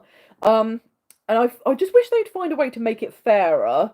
And I know that they say they're not allowed to ask for medical records. However, Universal do have a system where you do show proof of a disability and they will allow it. So I'm like, obviously there is something in America where you could do that. And Disneyland Paris have that system where you have to have proof and then they can give you the priority pass. And I think Disney World should just work to that model. I think my controversial conspiracy theory thoughts on it is that the problem with DAS is that it's also the lightning lane queue. So people that have bought Genie Plus, Multipass were in that queue. However, Disney make money from Multipass and selling that. When the queues were getting excessively long, do they cut out the people that are giving them loads of money, or do they cut out the people who use it for free? And it feels like that's what they've done. They've gone, okay, well, we need to lessen that. And there was, of course, some abuse of the DAS system. I don't think needing to stop like 90% of using DAS was the right response to that. Again, I think if you just needed to show evidence, that would be really sufficient, and then it means the people that really need it and benefit from it would be able to get it. And I think it's so sad that so many people now either have stopped going to Disney World or cancelled trips because they're just like, I just don't think we're going to be able to do it without it. So I do hope that they will tweak it, because it definitely needs to be a fairer system. So I'm like, oh, it's just so difficult. And like I say, Universal do ask for the evidence, so there's obviously a way for them to do it. So like, let's get back to that. Oh, Lisa, you said, Sophie, do you know when the Disney World offers for 2026 will come out? So typically they will come out in April. They did come out one year a bit later in May, but I think they've gone back to April, which is very exciting. I would love to see them do something to really rival Universal. And I think they need to. I've got a horrible feeling that now they've brought back free dining, they're just going to stick with free dining forever. And free dining is really great if you're a family. And obviously there's like 4 or 5 of you. Perfect. However, most other people, like if you're a solo traveller or even a couple or, 2 friends visiting, it's not a great benefit per se. Depending on, if you were already going to go and stay at a deluxe resort, then you were going to have the free dining. Perfect. That's helpful. However, if you weren't planning on already paying out a lot to stay there, it wasn't a great offer. And it's particularly if you stay at value resorts, it's a terrible offer compared to the dining credits. I'd love to see them do something, because the problem is Universal hotels are significantly cheaper to stay in, but they're also excellent. They're really good, super great theming. Like, the buses are super frequent, far more frequent than actually the Disney buses. You can get to all the Universal parks super quickly. So I feel like if Disney don't start doing a good offer, more and more people will switch to staying at Universal. Because we've said this before, and I think this year is going to be such an interesting year to see what people do. Because if you typically go to Disney World or Florida for 2 weeks, you're now going to either have to do less days at Disney and more days at Universal once Epic Universe opens. Or people are going to choose, if you go for a week, are we going to go to Universal or Disney? Because you can't really do both in a week. So I think that's going to be interesting to see this year how people visit Florida differently. And maybe Disney will see that and go, oh, we have to start doing stuff to compete, because the hotels at Universal are cheaper. They're really great and comfortable. The transportation's fantastic. There's no need for people to stay on site at Disney World unless they're going to offer something really good. So let's have our fingers crossed. Let's all hope it'll be something really good. Oh my god, Peter, that's hilarious. Peter said, this is basically your daytime TV show. And I love it because Peter is a producer of a daytime TV show, which is fantastic. So he knows what he's talking about. I even have like notes, like a news reporter, which is fantastic. Daniel says you don't like the flight options that were offered on the Disney website, but paid a bit extra to get the earliest flight on arrival day, then the departure day got a very flight home to maximise your time. And yes, that is the thing that's really difficult. So typically when I go to Disneyland Paris, I will book the hotel and tickets with Disney per se, if I'm going to stay on site, and then book the flight separately, just because then you've got, like you said, a bit more control over what airline you fly with, the prices, the times, stuff like that. And that's the difficult thing with packages, because when I was working with Guy to look up his Disney World trip, I did look up packages with people like Virgin and BA Holidays. And the thing that was really interesting is the Virgin packages I was looking up, the prices were good, yet they would not offer you a direct flight. However, if I looked at Virgin Atlantic, I could see they had direct flights and they just would not offer it. And it was, again, like weird times, you had connecting flights, and I was like, this is not good. So when you then priced it up separately, like let's book the hotel and flight separately, it worked out a great deal and you had total control over your holiday. So yeah, it's so difficult, isn't it, when you're like, these times are not the best, but the fact you paid extra so you could get the maximum amount of time, I think you've done the absolute right thing. Oh, this is a good question. Is there anywhere I can get a first visit badge? So they used to do first visit badges in Disneyland Paris, but now it tends to be like more like a generic, like I'm celebrating. So then you could have them write a first visit, and that will be fantastic. And definitely go and do that because it's so much fun. And yeah, just makes your trip extra special because the cast members will always take note and then kind of always like congratulate you and welcome you, which is so nice. Oh my god, yes. I used to love Armageddon as a dark ride in Disneyland Paris because it was so different. It was so cool. And I loved that when you had those things that were more like experiences. And that was such a cool attraction. And I do wish we had some of those things back. Because do you know what? Was it when I was in Disneyland Paris? I was somewhere, it might have been Disney World, and I was thinking the thing. Oh, I've remembered now. Muppets. We're going to talk about Muppets because R.I.P. Very sad. But what I also liked about Muppet Vision 3D is not only the nostalgia and how brilliant the Muppets are, but it's one of those things that you can turn up and always get into the next showing because there's hundreds and hundreds of seats, and it's so important at Disney to have that, because if you're just going ride after ride after ride and it's like 30-minute queue, 45-minute queue, 70-minute queue, 50-minute queue, it's just a lot of queuing. And it just gets like, oh god, we've got to get in another queue now, like, and then we're going to a ride for a few minutes and then another queue. Whereas when you have these attractions, or even like the shows where you can kind of go in very quickly, you're not queuing, and then you get to have like a really fun experience. Disney definitely need that. So that's something I also loved about Armageddon, was kind of more of those experiences rather than rides. And yeah, I'm very sad that Muppets is going.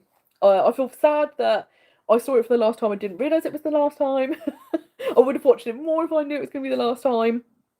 We've obviously got the dates, so Muppet Vision 3D and Pizza Rizzo are shutting on the 7th of June.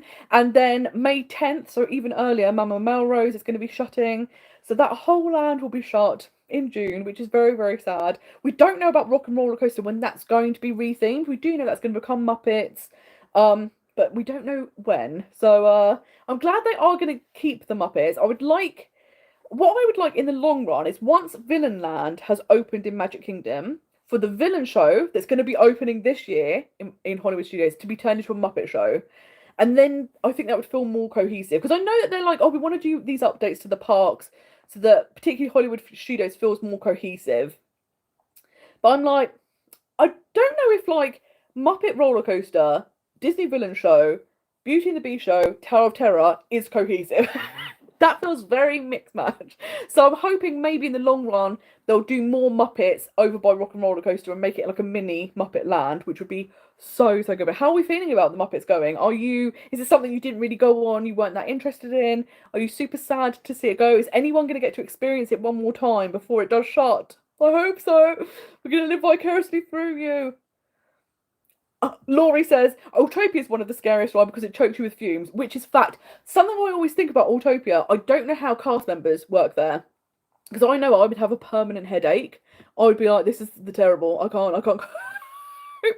So, yes, 100% it's scary because you stood in the queue for ages being like, I'm just inhaling all these fumes. rooms. It's so good. Let me have a little look. Alison says, Flight Force is scary as it often breaks down when you're on it. That's a good point to consider. Hi Sarah, lovely to see you. No Disney trips booked for this year. It's always a struggle to find a balance between a trip to Disney and a trip to a new destination. And as much as I love Disney, there's so much of the world to see. And yes, that's the thing. You're 100% right. It is so hard weighing up all of the other places you want to visit. And I think, like we were saying, what's really good about Disney is that they're always evolving. So even if you take like a 2, 3, 4, 5 year break, by the time you go back to visit, so many extra things have come to the parks. So it's nice, like you say, sometimes distance makes the heart grow fonder. So when you get to go and travel and see other parts of the world and then know that Disney's always going to be there and you get to come back to it and there'll be new things, which is fantastic. Lisa, you say you always think you're going to fall out of Dinosaur. Yes. When they're like, it's a rough ride, that's not an accurate description. Like, it's like being a rag doll, but it makes me laugh hysterically. And I'm so sad that it's shutting as well, because again, I've ridden that for the last time. I did know it was the last time. I'm glad that it's actually staying open longer than we anticipated. We thought it was going to shut kind of early this year, like we have seen with Triceratops Spin, which is now shut. But Dinosaur is staying open, it looks like, for the rest of this year. So that's going to be fantastic if you are going in 2025. But such a funny ride. I love it. But it does feel like you're going to fall out 100%. It's so good. So Daniel has asked, what are the queues like in March, and is it worth getting the fast pass? So what's interesting is typically March was a very good month to visit because the queue times were great. Last year, March crazy busy, and I'm hoping perhaps this year it quietens down a bit, because I do feel like a lot of people are holding off visiting Disneyland Paris until 2026, when a lot of the construction is complete, when World of Frozen is open, things like that. So typically, you should be okay. What I would say is, for the big rides, like say you really want to go on Crush's Coaster, for example, which always has a really long queue, you might want to do, if you say you didn't get on it early in the day and it was just too long, you could have the option to buy a pass for it just for that one ride. You don't have to buy the ultimate pass that includes absolutely everything. So sometimes that can be kind of good, because the ultimate pass can be very pricey. If you're visiting at a time of year where it's like €90, which I think is very few days of the year, but you do get all 17 rides included, that can be actually really good if it's, at the lower end. But when it's like over €200, then you start thinking that is a lot of money to add on to the trip. And if you're there for a couple of days, you should have enough time to do everything. And if there's one ride that has a particularly long queue, you could pay for that just on its own. So that's a good option. Oh, hi, Christian. You're planning a Disney vacation. That's so exciting. Which park are you wanting to visit? We need to know all the details, because it's always so exciting when you're starting to think about, this is what I want to do. This is what I'm excited for. This is where I'm going. I love it. Yes, Lisa, free dining is not a great deal. I'd love to see the merch and dining credit back. 100%. It was such a better option. And it's that thing. I feel like people, they say be careful what you wish for. When they got rid of the free dining offer, people complained and complained and complained. So they've eventually gone, okay, people want it back, we'll bring it back. And then when it came back, everyone realised, oh, this is not a good deal. And now they're like, oh, can we switch it? And I'm like, guys, you've ruined it for everyone, because now we're stuck with this. And I feel like because free dining was the offer for years upon years upon years, it may stay that way. However, free dining has changed. So there used to be 3 tiers, there's now only 2 tiers. And that's why it's become such a bad offer. Because the Value Resort basically doesn't have a dining plan. You just get 1 quick service meal a day.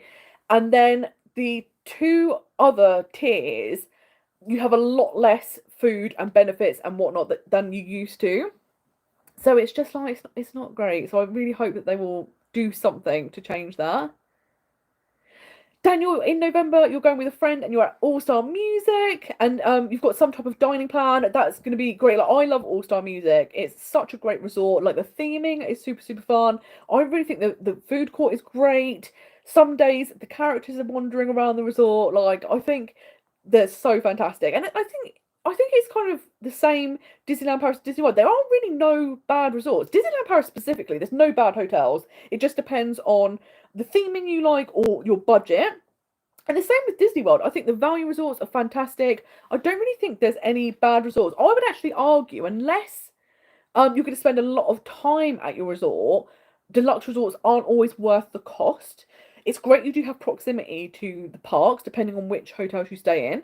But if you're not going to get the most out of the facilities, it's not always worth spending the extra money.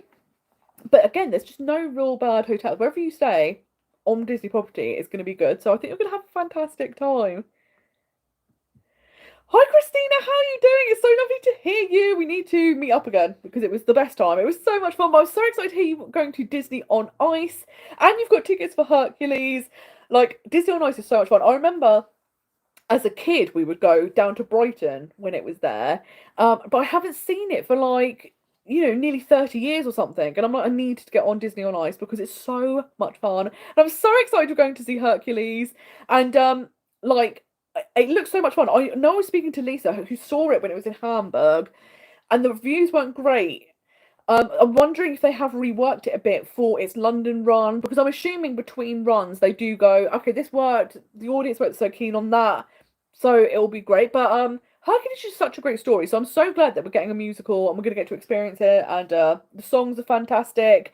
I know they've just released the cast, so I'm so excited. That's something I definitely want to do. Oh, this is something else I was going to bring up in the live stream. We've been saying for ages about doing a meet-up, and this year we have to do the meet-up. It has to happen.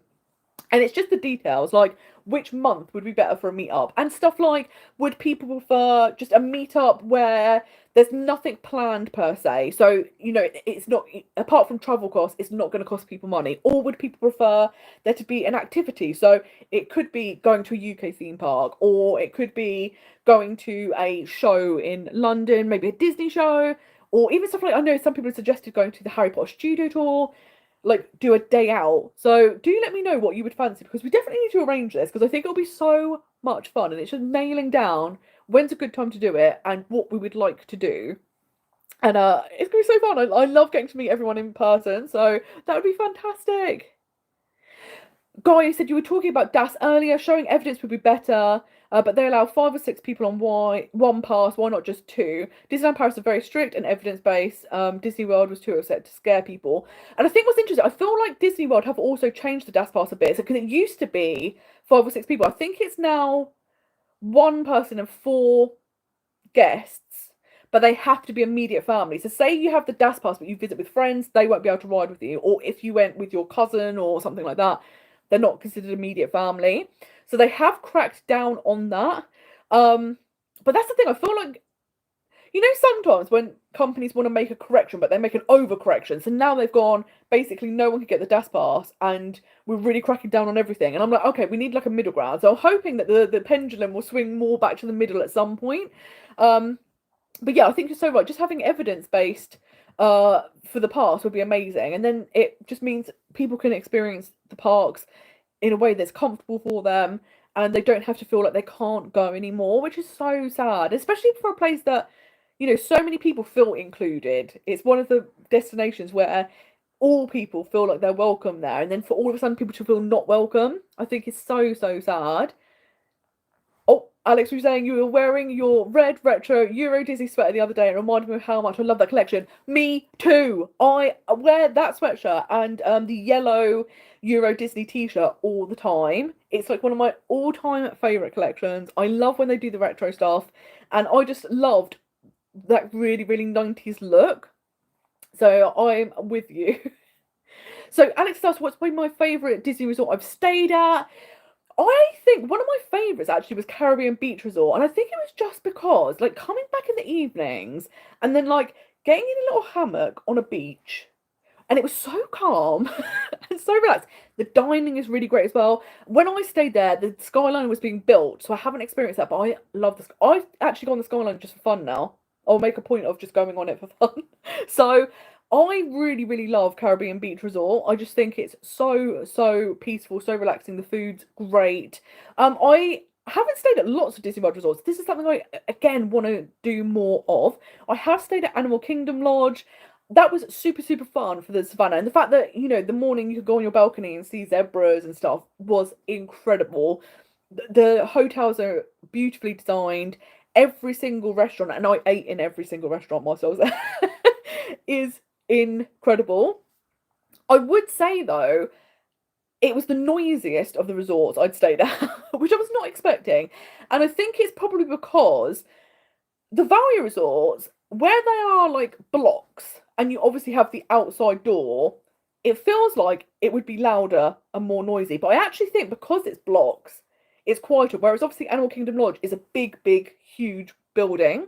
So to get to people's rooms, they have to walk through lots and lots of corridors. And I was kind of close to the lobby. So naturally, just you would hear a lot of people all the time going past, which I was more expecting at a value resort, and I've never had that. And obviously, it just depends on your stay. It could have just been unfortunate. But yeah, it was a beautiful hotel, and like I say, the value resorts I've stayed at, I've always enjoyed.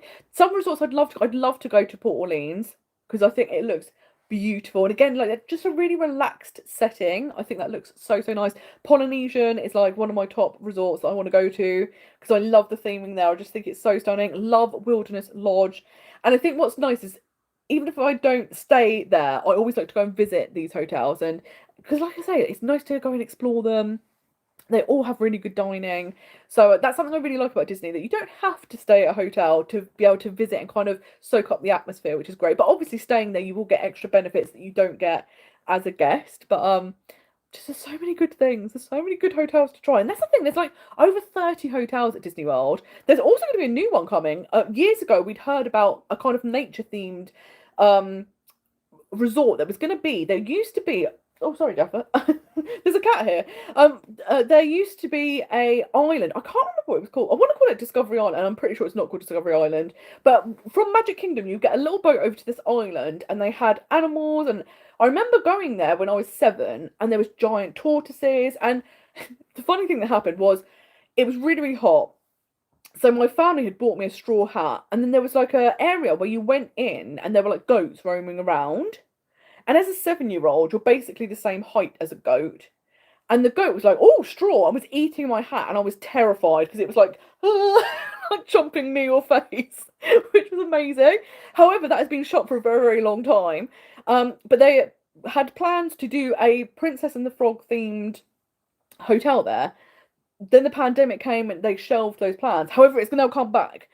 They aren't talking about Princess and the Frog anymore. It's just nature themed. But that's supposed to be opening, I think, in 2027. So that's going to be really interesting. There's going to be a brand new hotel there, which I think is going to be so fun. But what hotels have you all stayed in that you've thought this was fantastic? Or are there any that you think, oh, I don't know if I'd go back to that? Because it's always helpful to know some of the like niggle points. And it's like, oh, that kind of put me off staying there again. It's so good. Oh, it's so fantastic.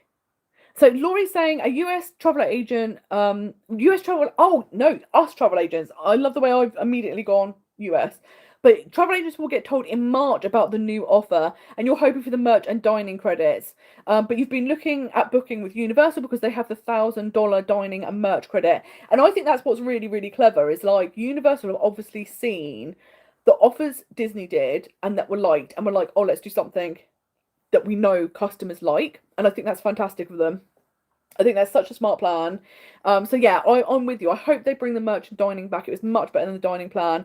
I think they tried the dining plan, but where it's only 2 tiers now, not 3, but they have 3 tiers of resorts, it really doesn't work.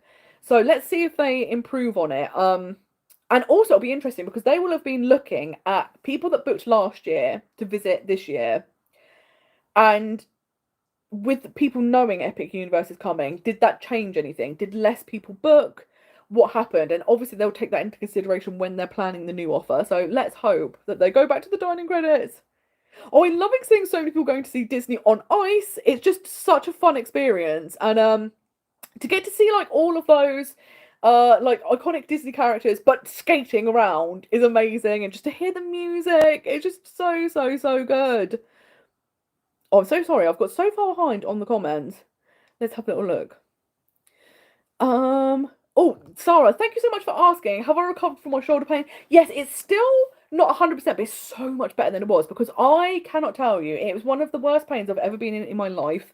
It was literally, like, I couldn't even think straight. I couldn't read. I couldn't watch telly. I couldn't do anything because I was in so much pain. So it's definitely significantly better. And I'm still going to physio. So hopefully maybe just like a couple more sessions and it will completely ease up. But yeah, that was not fun. And it was, and like the fact that I ended up with a migraine, which I think was because of the shoulder, was a nightmare. So I'm so sorry we had to cancel our other live stream. It's no good. Oh, Alison, you're lucky enough to be 20 minutes away from King's Cross, so the Eurostar is best for you. And that's the thing, I do love the Eurostar. When you could go from Ashford, that's what I always did, because just drove down there, loved the Eurostar. And I really, really hope that eventually maybe they will bring Ashford back. I know there has been talks about it, and there's also been talks of a different train service doing that route. So that would be amazing. But yeah, I think the Eurostar is fantastic. Yeah, Lisa, you said rest in peace, Muppets. And you're hoping Rock and Roller Coaster will stay open for the rest of this year. And that's the thing, I think they probably will consider staggering things. Because if you suddenly shut a lot of things in Hollywood Studios, particularly all at once, where that park doesn't have a lot of attractions, if you shut 2 or 3 at once, suddenly the queue times for everything else go massively crazy. So I feel like they probably will stagger it a bit. And Daniel wants to know what my opinion on the new villain show that's coming to Hollywood Studios. I love Disney villains. And this one, we've now seen there's over 60 Disney villains included in the show, which I'm so excited about. And I think it's going to be iconic. It'll be interesting to see what it's like, because the Lightning McQueen show, there's huge screens that are like 180 degrees, and then you had Lightning McQueen on a little stage. So I'm wondering with this, if actually a lot of it will be screens, and maybe a few, I don't know if we'll actually see like characters, which would be amazing, or if it will be mostly the magic mirror on the stage. I can't wait to see. I think it's going to be so good. And Daniel, you're not super keen of seeing Cars be in Magic Kingdom. And yeah, I think it's going to be super difficult, because it is something like, it does kind of feel a bit out of place. And I think the thing is, Cars Land in Disneyland is so popular, but obviously that's in California Adventure, and it was built specifically to be there. So kind of throwing Cars into Magic Kingdom does feel a bit weird. I think the rides will be fantastic. But I think it's that thing of where it's also going to really change the landscape and the look of Magic Kingdom, where you're getting rid of like the island and the river, and like that kinetic energy is disappearing. I think that will be really, really interesting to see what that's like. And I also wonder if, obviously Big Thunder in Disney World is shut at the moment for over a year extension, renovation. I'm wondering if also part of that is because that ride does go over the river, and maybe they're going to start doing work there, because it makes sense if Big Thunder's already shut to do it then, so there's as little disruption as possible. So I'm wondering if in the latter part of the year we'll also start to see some of that work happen. But yeah, there's a lot of change coming, isn't there? There's a lot happening. Oh, let's have a look. Alison says, I think the Muppets themed roller coaster will be fun. And I do agree as well. I think it will be super, super fun, because the Muppets are just so fun, and I think it'll be good. And I do like how when you change the theme of a ride, it changes the feel.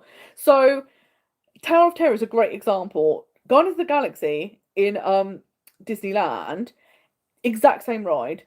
However, it feels so different just because the theme. So like Guardians is a lot more fun. It's not as scary a ride. Whereas obviously Tower of Terror, it's supposed to be spooky, so it makes the ride feel scarier. And I think it'll be interesting to see how Rock and Roller Coaster feels when it's changed to Muppets. So I think that'll be so good. So Lisa, you've said the thing with Disney World is I don't care what they're doing, it always feels good to be there. No Big Thunder this year, Muppets gone, construction happening in Magic Kingdom. We're still going. And I think that's the thing, isn't it? You really can't kind of delay. Like, sometimes I can understand, like, for example, if people go, I'll wait till the construction's finished at Disneyland Paris to go to World of Frozen. I'm like, fair enough, because there is a lot of construction going on. However, I was really worried about that when I was going in January, because a lot of the things of closures and stuff only get announced a few months before you go. And we'd booked 11 months in advance. And I was like, oh my God, everything's going to be shut. There's construction everywhere. It's going to be terrible. And actually, it didn't really impact us. Like, the construction doesn't look great. And to be fair, I think people, if it's their once in a lifetime trip and they're never going to go back, they might want to delay it, because you're not going to walk into what you see on the advert. However, like, it doesn't have such an impact. The rides were all still operating. It was more like an aesthetic thing. But like you say, in a few months that will be completely different. Another area we'll be working on. So Disney's always evolving, and for it to evolve, we have to have updates and construction. So like you say, we learn to live with that. And like you said, there's so many things to do in Disney. You always have a good time. Donna, you said you've got so much cute aggression for Kermit, it's ridiculous. So you're ready for the retheming of Rock and Roller Coaster. And yes, I really hope that Disney starts to do more with the Muppets, because I think they're so beloved still. And like I would just love them to do more. Like even if they were like doing, I know they have done like a few TV series, but I'm like, let's push it more, because it's such an incredible IP to have, and I'd love to see them utilize it, especially in the parks. Like more Muppet merch, incredible. Lisa said, I hope they reworked Hercules for London, because they did Hades so bad. And yeah, we need to find out. I hope they've taken feedback and gone, okay, we need to work on this. Yes, Laura, you've said let's do a Thought Park day. That could be super, super fun. It'll be so, so good. And I think that would be so good to kind of get to do rides and theme parks, but in the UK. Guy has said a meet up for sure. Anywhere, even if it's just meeting and everyone can share stories and tips with like-minded people, it has to happen. And yes, I think that'll be so much fun, isn't it? I think that'll be the greatest thing, of everyone just getting to chat and like be face to face and share stories and hear like what people love about Disney, or the things that they're like, you have to do this during your next trip. Like I think that's gonna be fantastic. Yes, sorry, you're saying you're hoping to visit Disneyland Paris in 2026. And for this year, you're excited to go to Finland on the Orient Express and Guatemala. And you're going to be experiencing Disney through other people's vlogs. And you're so right. When you're not going on a trip, watching vlogs is fantastic, because it keeps the magic alive. And you have some iconic trips planned. I've been to Finland a few times and I absolutely love it. Super, super beautiful. I've been to a few different places.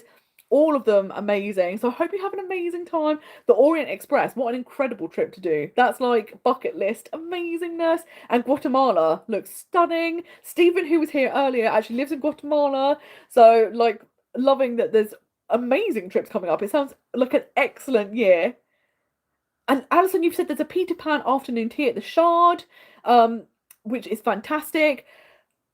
There could be a Disneyland Paris meetup. That's so true. Because this is the thing, like, when obviously I was in Disney World, I was like, I'm going to be there these dates and let's do a meetup. And luckily I managed to meet up with Lisa and Sarah, and it was fantastic. So that could also be another option. That not that I'm expecting people to pay to go to Disneyland Paris, but like if you happen to be there at the same time, it will be so, so fun to meet up, because we had such a great time in Disney World. Oh, Daniel, you said the Traitors Experience or the live Monopoly game in London. That's so much fun. I think that could be super, super cool. Because like you say, it's also like fun that you're doing a game along with something. I remember, I don't know if they do it anymore, but they used to do a Crystal Maze experience. And I was like, that sounds iconic. Like growing up as a kid, all I wanted to do was grab those things in the crystal ball at the end. So the idea of getting to do that in real life, iconic. I also know, one of the things you get with the Merlin Pass is you can go to the London Dungeons, have an escape room, which I didn't know about. And now I've heard about it, I can't stop thinking about it. So if people are up for like a spooky trip, maybe in October, like the Halloween season, I think that could be super fun. Also, if people are keen to experience like UK fright events, like I say, I really want to do Tully's Farm. So if anyone does like that sort of thing, do let me know. Or if you are curious to go but nervous, but there's safety in numbers, then that is also a really, really good option, because it looks next, and to the point where actually like Tully's Farm is significantly scarier than like Halloween Horror Nights. So I'm very nervous. I feel like it's a big jump, but it looks incredible. And I know people that go and they're like, it's just the best. And even what I loved, seeing the difference between Fright Night at Thorpe Park and Halloween Horror Nights. And Halloween Horror Nights obviously has huge, huge houses. There's 10 of them. You have all of the big IPs like Insidious, which were amazing. So many scare zones. Like the whole event is incredible. But obviously the way they do it is there's a storyline that you follow, and then there'll be audio that is played throughout. So you'll have scare actors that will lip sync along to the audio and things like that. So sometimes you would be the person getting all the scares because of the timing. And other times, the people in front of you would get the scares. And it was actually kind of nice because then you got to experience it both ways. Like when I was the one getting the scares, all I was experiencing was scary. But when the people in front were getting it, I was experiencing the storyline and you saw the whole thing. Whereas Thorpe Park, the whole thing was terrifying. Like it was brilliantly done because what they did is there's no audio to lip sync to. It's all live reactions. So every single person is getting actors jump out at them and they also chase you and do stuff like that, which they don't do in Halloween Horror Nights. And I've heard Tully's is like more extreme. And I'm like, I need to experience this, but we need safety numbers. It's going to be so fun. And Lisa, you've said it sounds like a wonderful year. Sarah, love Guatemala. And yes, it's just so nice, isn't it? Like there's so many places to visit in the world, like you say, and you get such amazing experiences. And I think travel is just so good for you, getting to experience different cultures, different cuisines, different people. It's fantastic. So it's an amazing year. Alison, you say Port Orleans French Quarter is your favourite. I am desperate to say it looks stunning, and like I say, it's just so relaxed. And I love New Orleans as a place. Like it's one of my favourite places I've ever been to. So to get a taste of that at Disney, I think is fantastic. Lisa, the Polynesian is your dream hotel. Same. It just looks absolutely stunning. And I know Guy stayed there, and it's just beautiful. Like that beach is iconic, and the fact that you can watch the fireworks from the beach, and just like you say, the rooms themselves, like that Polynesian theming, is beautiful.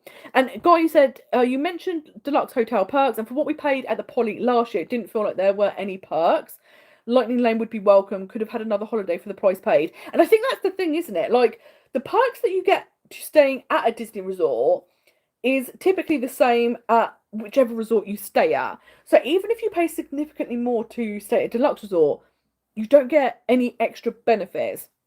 And I think that would be one reason people would be happy to pay for a deluxe, because it is that thing of if you're getting the same amount of benefits, it's like, do we stay at a lower grade hotel and save some money? And it's trying to balance that out. But I feel like if they did do some perks for deluxe guests, more people would be incentivized to stay there because you feel like you're getting your money's worth. But yeah, it's interesting to see what they'll do going forward, because I definitely feel like they need to do something, because the parks are the one place where Disney have consistently been making money, and then we've seen the past couple of years the parks have started to lose money compared to before. And like obviously at the moment the films aren't doing well and stuff like that, so they really need to make the parks work for them. One of the reasons they kind of have started charging so much and for so many things is to kind of keep that revenue going. But there's that balancing point of, we don't mind paying if we feel like we're getting good value for money and you have an amazing experience. But then once it gets to the point where I'm paying a lot and maybe the experience is suffering a bit, or I don't feel like I'm getting benefits that live up to that price point, I think people then start going, I don't know if I'm going to go back as frequently, or, you know, it's a one and done type thing. So I think it'll be interesting to see what they do. Sari, Lisa has said Pop Century is incredible with the Skyliner access for the price. And this November you're going to stay in All Stars because we'll rent a car. And I think you're 100% right. The difference between staying in an All-Star resort and Pop is typically the cost of a car rental for 2 weeks. So that's something I was umming and ahhing about, because I was like, do I stay at Pop Century because I'd love the experience and I love the Skyliner, and it was about £500 more, so I could do that, or do I stay at All Star again and get the car? And this time I did the car because I was just like, I can't feel myself visiting without a car. I just love it so much.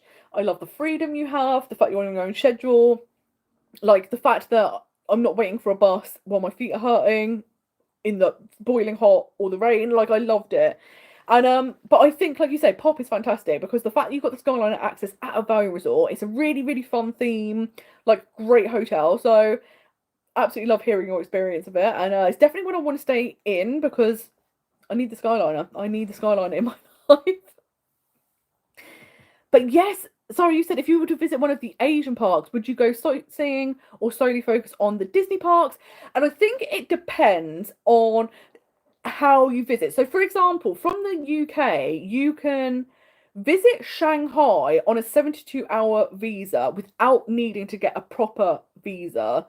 And And it's one of those things, like if you went down the proper visa route, you could then obviously extend your stay, but it's much more complex. You have to go to London, you have to pay lots more. So it would depend on which visa route I went down for somewhere like Shanghai. Tokyo, the interesting thing, I've actually been to Tokyo and Hong Kong before. And didn't visit Disney. So this time it would be nice to go and visit Disney as well. But it's so, so nice, like you say, to also have some days to go and experience the cities themselves. Like, loved Tokyo.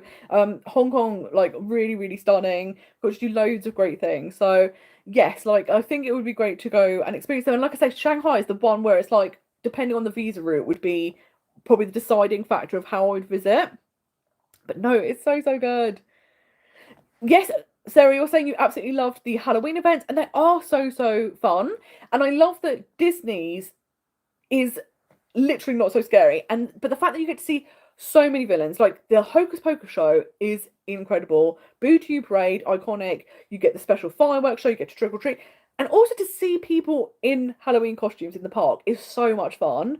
So I absolutely love that. And yeah, like Halloween Horror Nights, I'm fully obsessed. So I'm loving kind of exploring UK events whilst I'm not in the US. And I didn't realise how many UK Halloween events there were, and they seem fantastic. So I'm like, we totally need to keep up on this. Laurie says Scarefest at Alton Towers is super, super fun. And I think that's the thing, I'm like, I need to experience more of these. But yes, Lisa, you're like nervous about doing Halloween events, but let's have a scary reunion. Yeah, and I think that's the thing. Like when you're with a group, it feels a lot safer. Like I am so glad in some ways that I didn't get to do Halloween Horror Nights on my previous trip when I was I was going to go solo to the event, and then obviously the hurricane came, and it cancelled the event. In fact, that was the only Halloween Horror Nights that was cancelled. Was the night I was meant to go. I think all the rest of them went ahead. So it's literally like fate stepped in and went, "You can't handle this solo." And I am so, so glad I went with Shelby because I don't think I would have enjoyed it as much. But I do think if you're with a group, it's much more enjoyable because like you can all like it's that thing of like you get scared, but then you all laugh about it together, which is gonna be so, so good. Alison, you're 100% right. When Universal opens in the UK, we'll definitely have to go there. And you are so right. I'm already telling you right now, when Universal opens in the UK, I'm becoming a pass holder. I'm doing the frequent fear pass for Halloween Horror Nights. They've already been applying for permits so that they can have Halloween Horror Nights here. And I'm like, oh my god. And yeah, this is gonna be so exciting.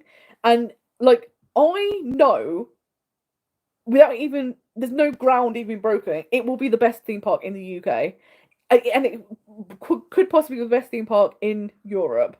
Because it's also going to have that added benefit of it's brand new, so it's going to be the latest technology. All of the rides are going to be next level cool, and I just can't wait. I think it's going to be so, so, so good, and that's going to be something we can all look forward to. And 100%, we've got to do a trip. We've all got to go meet up, and it's going to be so much fun. I love that we're all so excited, and I think that's the thing, isn't it? Like, it's just going to be so nice to have something new and fresh, but again, also familiar. Because if you've been to the one, in kind of there's loads of Universals actually, isn't there? Because you've got the one in LA, you've got Florida, you've got Singapore, you've got one in Japan. Like there's so many. But if you've been to any of them, you kind of know what to expect, and I think it's going to be so much fun. I'm assuming they'll probably do a Harry Potter land, which would obviously tie in, and then if people were visiting from overseas, it would be great because if they want to do the Warner Brothers studio tour, they could do that and Universal. So I'd imagine they're likely going to go down that route so that people can have that experience. And also, it would make sense because you could actually wear, if you buy, like, whenever I go to Florida and I see people and they've got the school uniform on with the jumper and the robes on top, I'm like, how have you not immediately died? But here, they'll be able to cope in the weather, so it'll be perfect. But yes, at the moment, Sarah, we don't have an opening date for it. They're still in the planning stages, but apparently I've heard that this week is the week that the UK government are going to give the official go-ahead because the government have to give the go-ahead because infrastructure like transport links and roads will have to be updated by the government to accommodate Universal, but apparently that is going to be approved. It looks like it's good. So I feel like that's probably one of the big hurdles, and once that gets the go-ahead, they can probably start breaking grounds. But the fact that like Universal have already put statements out about it, and they've had like a few public meetings to talk to people that live in that area. It seems so positive. So hopefully soon we'll get an update of like a rough time frame. But yes, and yes, you're so right. Alison, the Harry Potter studio tour is such a fantastic thing, and I do think that would be a really fun thing to do as a meetup, because it's kind of like a whole day, or at least like multiple hours. I think that the last time I went, I was there for like 6 hours or something. But then they also do extra experiences, so you can do afternoon tea experiences there, and that's always expanding. So I know there's a few new things from when I went last, and it's one of those nice things that even if you've been before, it's super fun to go to again, and you have all of that movie making and magic, so that could be a really fun event. Thank you so much to speak to you. It's been so good. I do have a few other questions that I should answer. One of them is from Lisa, but I know you're going, so I will answer it, and I'll message you the answer so you don't have to stick around. But you did ask what activities or shows would make a first timer to Disney World fall in love with Disney World, and I think that's such a great question, and something that I always think is fun is meeting Mickey Mouse. And it sounds basic, but no matter how many times you meet Mickey Mouse, and no matter who meets Mickey Mouse, you do feel kind of starstruck. And I feel like someone going for their first time, having that experience, it just feels so exciting. And you also feel like, oh, I'm at Disney now. I've met Mickey Mouse. It's happening. And it's just always so joyful and exciting. So I really think that's a great activity to do. I also think doing a fireworks show or one of the nighttime spectaculars, because like the proper way to punctuate the end of a Disney day is with a show. And I think that's where like Disney really showcase everything that they can do when you have like the iconic fireworks show in front of the castle, or you've got something like Phantasmic, which I'm full blown obsessed with now. Like, and I can't even tell you how much being able to sit down and see and not have like kids on shoulders and actually see the show makes a difference. It's so nice, but then it's also such a like unique show. In fact, you get to see so many Disney characters. It has really cool effects. The song I am obsessed with, and I think like that is such a fantastic way to end a Disney day. That like people go, oh, I get it. I get now why people love this. It's just the best. Hi Anne, how are you doing? It's lovely to see you. Thank you so much for joining us. Laurie says, I reckon when Universal UK opens, they won't have Harry Potter. It'll be more like Singapore, but we should have an exclusive park and have an Ausland for Wicked, as it was filmed in Bedfordshire. And yes, that'll be interesting, because I kind of feel like, because Harry Potter's set in the UK, it would be crazy for them not to have one, because it's going to be such a big draw. Like for people who would typically go to Disneyland Paris or any of the theme parks in Europe, being able to go, oh, there's a Harry Potter theme park in the UK, I think it would be such a big draw. But like you say, having a unique land like Wicked would be amazing. And like people love the stage show, obviously the films, and obviously the original Wizard of Oz is still super popular. So I think it would be fantastic if we did get something unique like that, because again, it makes it stand out, because you go, that's the only place where you can have that. So I think they should definitely look into it. And I know there's a lot of talk about it, particularly because, you know, they've kind of had some things at Universal because of the film and people have loved them. So they're like, let's put the feelers out and hope that Universal is listening, which would be so good. And Abigail asked as well, what is my favourite vegan food in Disneyland Paris? And I think this is great because now there's enough options. So whenever you visit, you're always going to have enough food to eat. But definitely some restaurants better than others. So my favourites, I love Super Diner in Walt Disney Studios Park. It's such a hidden gem, such a good restaurant. I love Toad Hall. I also love Colonel Hathie's. I got to try that lentil curry finally. Took me ages to get back there. But it was so good. And the fact that you had sides as well, like the onion bhajis were great. So nice. I also really like the chakalaka in restaurant Hakuna Matata. I think that's really good. For table service, I really love Auberge de Cendrillon. It is pricey because it's the Princess Dining Meal. However, the food is really good and the character interactions are fantastic. And with character dining, all of the other character dining meals, apart from Table de Lumiere, are buffets. And buffets are notoriously not good for vegans at Disneyland Paris because there's just not many options. It doesn't add up to the price point. They don't label everything. It can be a bit of a faff. So I think Auberge is great because you don't have any of that. Table de Lumiere, I think, looks like an incredible experience. The fact that you get to meet princes and their princesses, no, well, princesses and their princes is brilliant. However, the price tag of €125, two courses of lentil dishes is 60p for a tin of lentils. There's no way vegans are getting their money's worth. And I know with character dining you are mostly paying for the meals, but I'm kind of like, it feels like they haven't put much effort. Like the fact that the two dishes are kind of similar, and I'm like, okay, if I'm paying for three courses, I don't want two courses to be basically the same. So I think for character dining, Auberge is amazing. I've always loved Manhattan Restaurant. However, this trip, they had a menu change on two of the dishes, which was actually exciting because typically the menus for vegans have stayed the same since they were introduced in 2021. So it was nice to see an update. The new main I enjoyed, the new dessert I did not enjoy, to the point where I wouldn't go back and have the three-course set meal at Manhattan whilst that dessert is still there. So I hope that they will change that because it wasn't great. However, we went to Waltz. And the dessert there was really good. You got that giant cookie. The starter's a fruit slaw, but it's actually a coleslaw. But it was really, really nice. Not sharp. It was just really creamy. The main is nice. It's a lot of vegetables and it's like a potato dish. It is missing a protein. I would like that. So I would typically say quick service dining is probably a bit better at Disneyland Paris because there's just more variety, more options. And for me, the one place where I think all three courses are good is Auberge. But that is my 2 cents on the vegan food in Disneyland Paris. Oh, and you've just left Hollywood Studios. It's super crowded, but you did rise single rider, which is great. How exciting! I hope you're having the most amazing time. And yeah, it's always difficult when the parks are so busy, isn't it? Because it's trying to work out how to fit in the things you want to do whilst also not feeling like super squashed or wasting a lot of time in queue. So the single rider option is fantastic, and I'm so glad they've brought it back.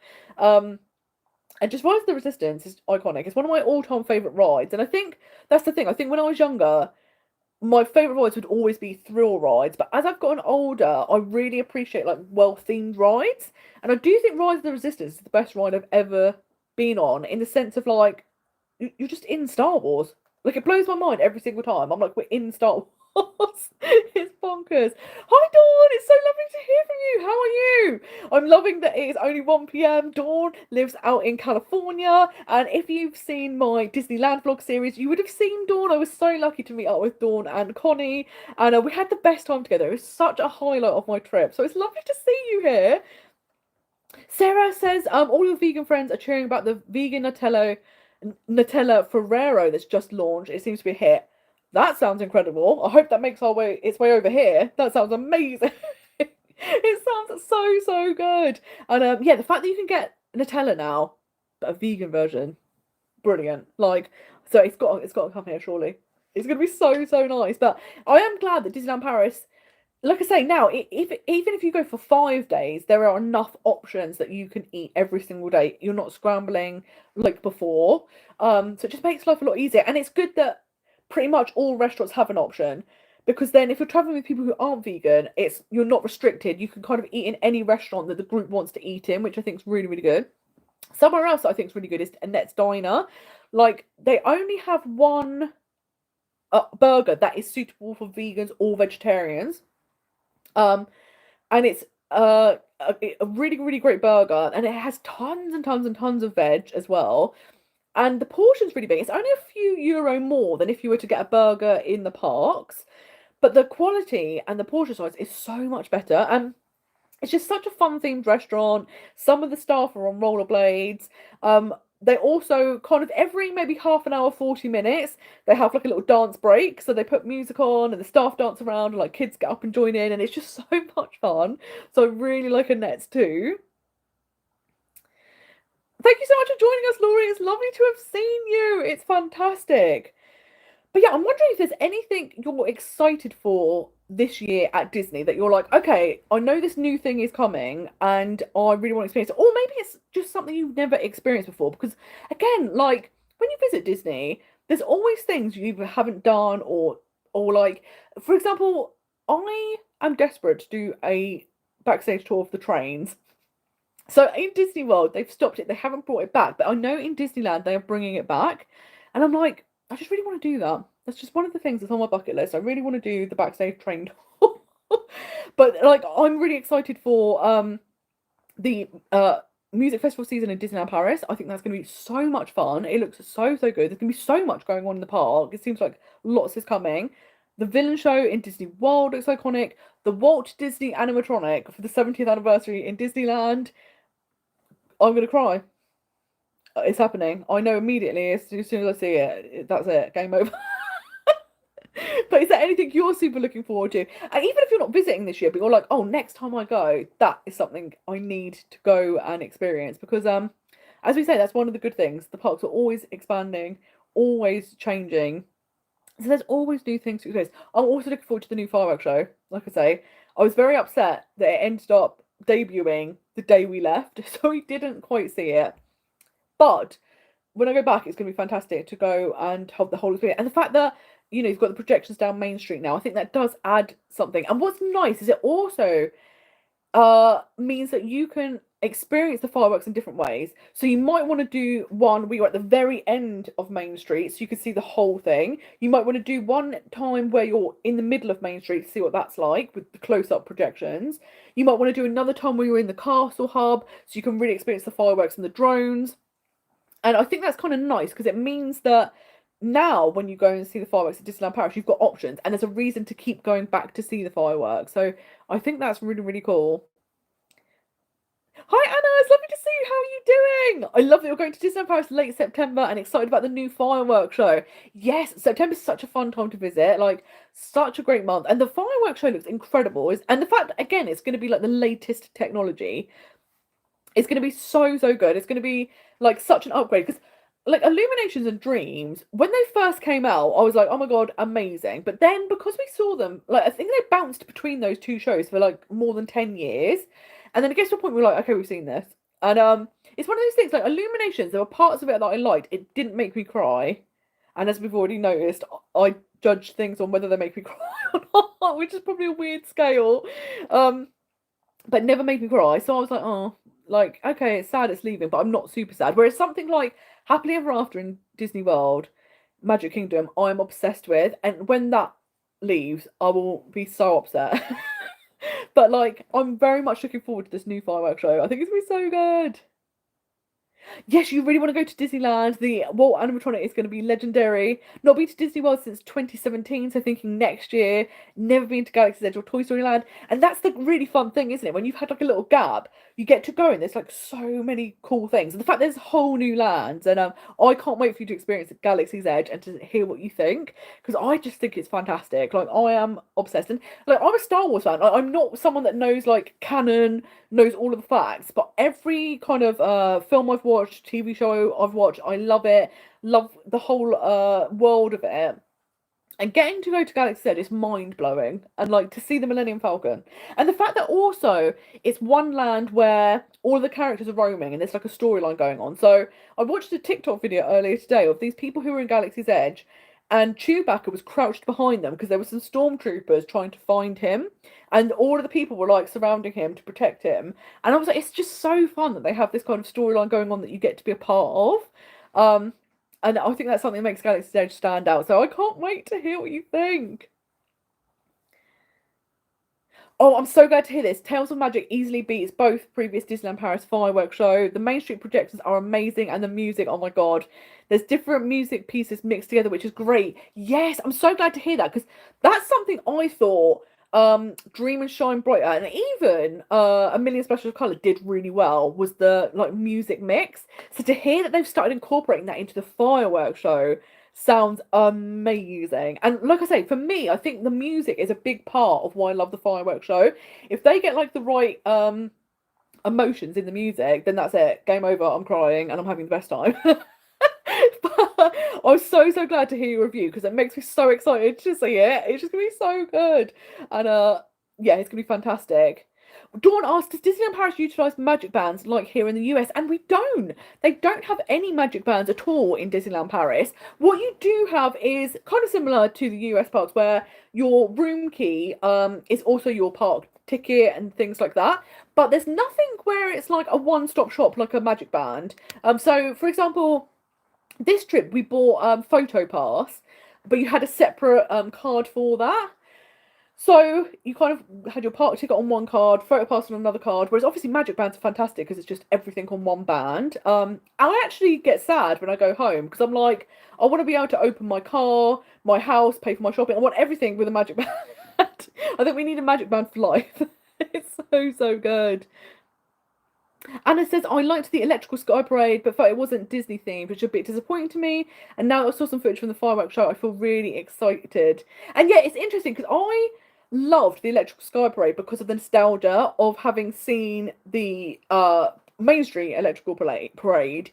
And obviously that iconic music. But like you said, there wasn't lots and lots of Disney characters. There were a few, but then there were a lot of other things like, you know, butterflies and whatnot, which makes sense if you've seen the parade, but that hasn't been on for years upon years upon years. So a lot of people didn't know that. And interestingly, loads of people I know hated the music and they were like, oh, I can't bear it. Whereas I loved it because it just took me straight back. But also, I think it is that thing of if you haven't had the opportunity to have seen the original parade, it is just like what is going on. So I think it's going to be really, really great to see a new show that incorporates drones, which is going to be so good. Alison says, if I don't cry at least once per Disney trip, then it's not a real Disney trip, just a dream. 100%. 100%. And that's the thing. Like, I know it sounds silly, but I'm like, ending the night crying at the fireworks is like the best way to end your day. I just feel like it's such a Disney experience.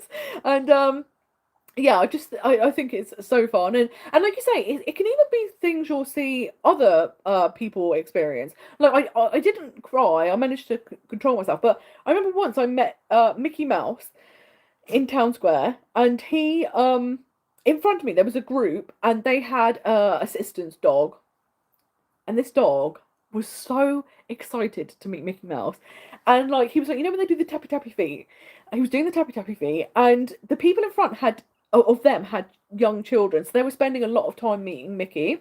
And the dog was like crying because he was just so excited to meet Mickey and he didn't want to have to wait any longer. And I was like, oh my god, you have to get rid of them, you have to kick them out. I know they're kids and it wouldn't be fair, but the dog needs to take priority. And then to see the dog meet Mickey Mouse and the excitement, but also to see Mickey excited was wonderful. And I was like, and it's nice little moments like that. Like I know before, like when you see if you've ever chanced upon it, because obviously it's not common, but like a character will sign with a deaf child. That's it. That's me done. Floods of tears, because it's so amazing just to know how like meaningful that will be for that child and what a memory they will have. And it keeps the magic alive, right?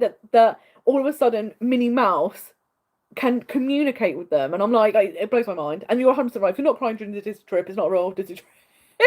I totally agree. And yes, and you lost it when you saw the Main Street electrical fireworks because you saw the parade in Magic Kingdom years ago. And yeah, I think that's the thing. I think that's the thing. It was such a niche thing, and it's so wonderful to have brought back that nostalgia. But I think the reason it kind of didn't become a huge hit is because if you haven't had the experience of seeing the parade, the reference points are all wild because a lot of it wouldn't make any sense whatsoever. So it's like something like you had to have seen. It's interesting that they didn't do it for the 30th anniversary, because where that was like an anniversary year and a lot of nostalgia, that would have been a good time. But obviously then they were kind of testing out the drone shows, and they've obviously massively advanced leaps and bounds. So like I'm so excited to see them using drones all the time. And I'm really excited actually next year when we're having the brand new nighttime show in what will then be Disney Adventure World. That looks like it's going to be a mixture of the current Disneyland Paris show where you've got like drones and fireworks, but also mixed in with World of Colour where you've got those fountains and the projector. Like it looks good, like it's going to be amazing. So I'm really excited to see that as well. Yeah, Anna, you said you once cried at PhilharMagic. 100%. I've been that person. 100% with you. I know. Last year when I was in Disney World, they've got the Disney and Pixar Short Film Fest, and basically you just watch 3 short films. One's Disney, 2 are Pixar. Crying at that. Crying at that. And I was like, this isn't even meant to be something that makes you cry. It's just like you can't stop it. I remember the first time I went to Be Our Guest, And this was back in the glory days when you could go for breakfast and lunch and it was quick service. The good old days. I cried when I looked at the ceiling. Because I was like, oh my god, I'm in the actual ballroom. And do you know what also got me is the fact that I knew that what was really cool is that they had all like the cherubs on the ceiling, and the Imagineers that had built Be Our Guest restaurant, it was either them as children or their own children that they'd painted. So then that got me, and I was like, oh my god, I can't go. It's just ridiculous. It's so silly. The things you end up crying over. Like, imagine if you just walked into a normal restaurant and started crying. Everyone would be like, is she okay? But at Disney, people go, I get it. I understand. It's amazing. Yes, I love that you loved the actual Sky Parade and it took you back. And even to the water display on Seven Seas Lagoon, 100% that as well. And it's always so nice when you catch that.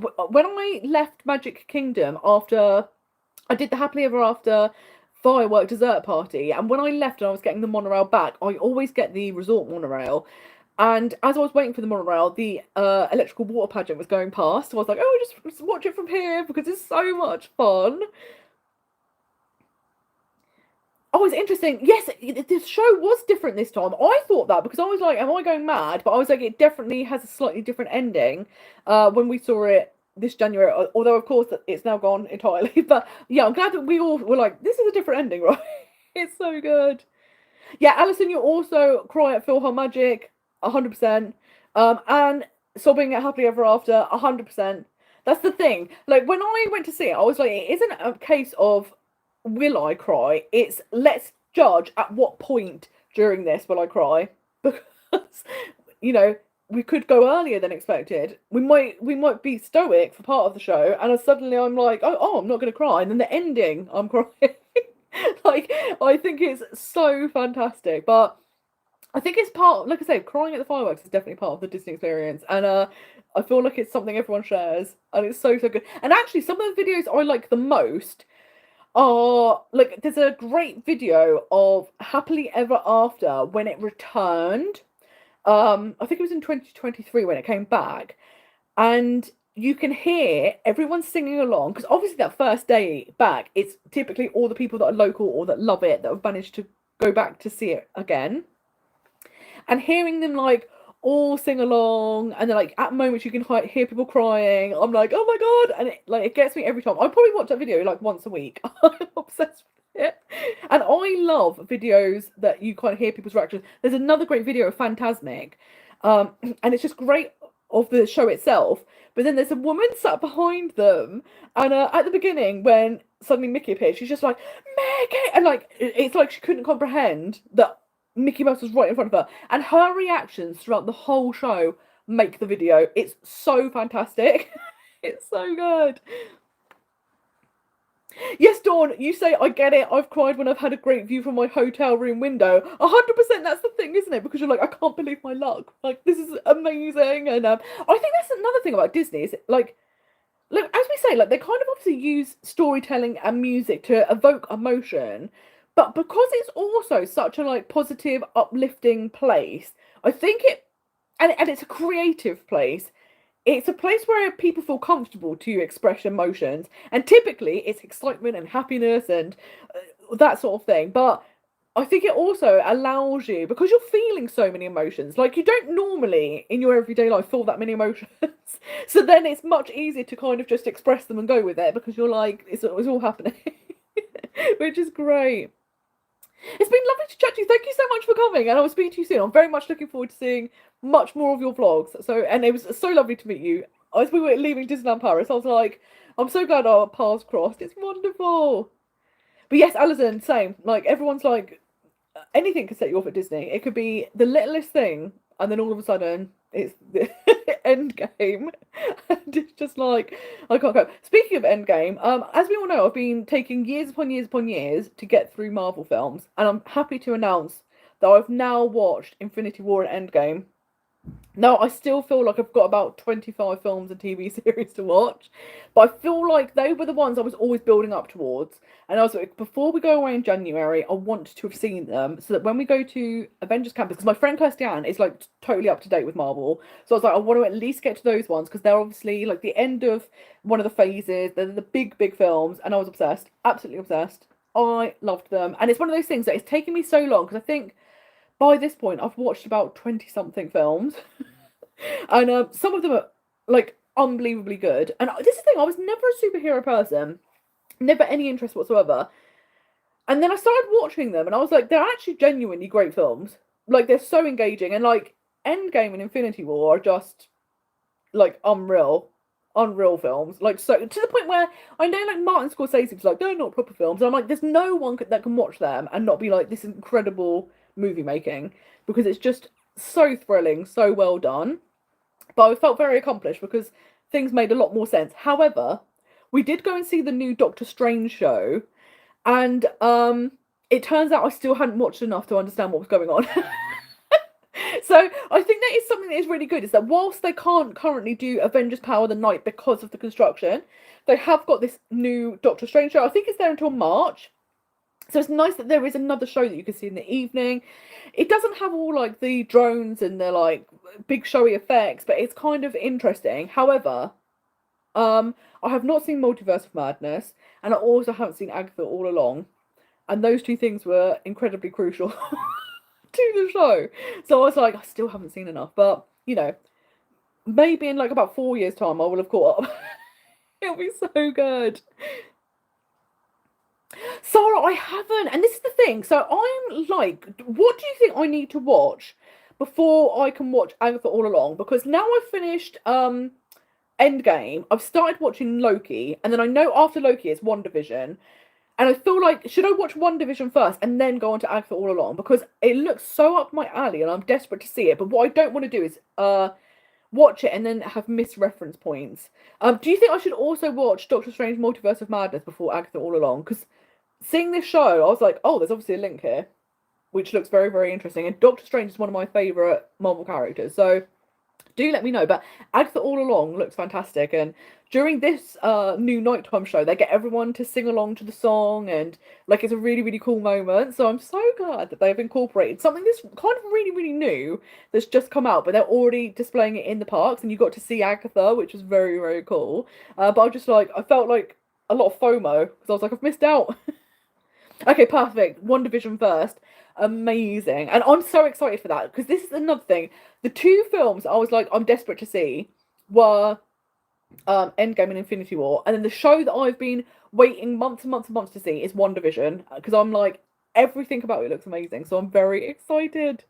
Yes, Berlin, I can actually send you a list in order of which to watch the Marvel films because there's two options. You can either watch them in the order that they were released in the cinema, but that's not kind of the timeline that the stories go in.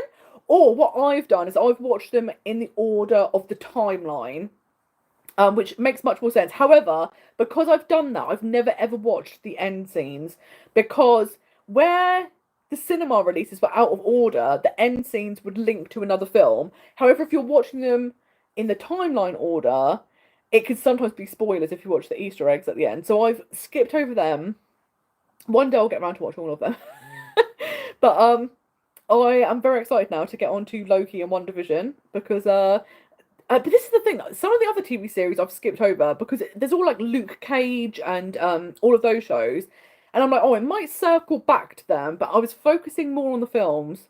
I feel like the next batch of films aren't so great. Like Shang-Chi, I don't know anyone. Is that even what it's called? Have I made that up? But I've never heard anyone mention that. I don't know if that's any good. Nobody's ever mentioned it. So I feel like the next run of films aren't so great. Weirdly, I have seen Wakanda Forever because Black Panther was the only film where I just went to the cinema to see it because I just thought the trailer looked amazing. And I was like, I haven't seen anything else Marvel. It was the first Marvel film I ever watched. And I was like, brilliant. And then obviously when Wakanda Forever came out, I was like, I've got to go and see it. I went and saw it on opening evening.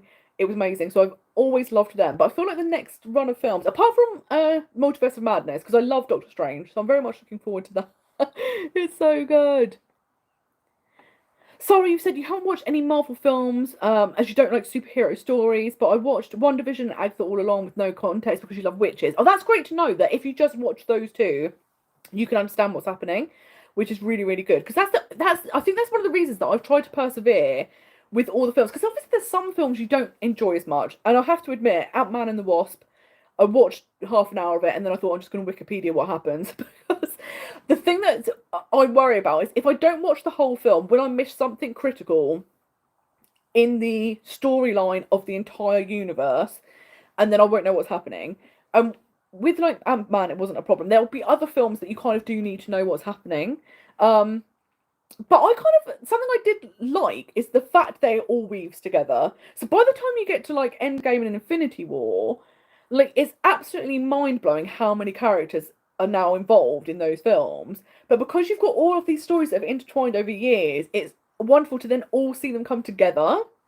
And absolutely iconic, like amazing. And it's one of those things, I'm really sad that I didn't experience them in the cinema and have seen people's reactions at the time. But I have been lucky that I had basically avoided all spoilers. There was one thing that I'd heard, and I thought, okay, I think that's coming up.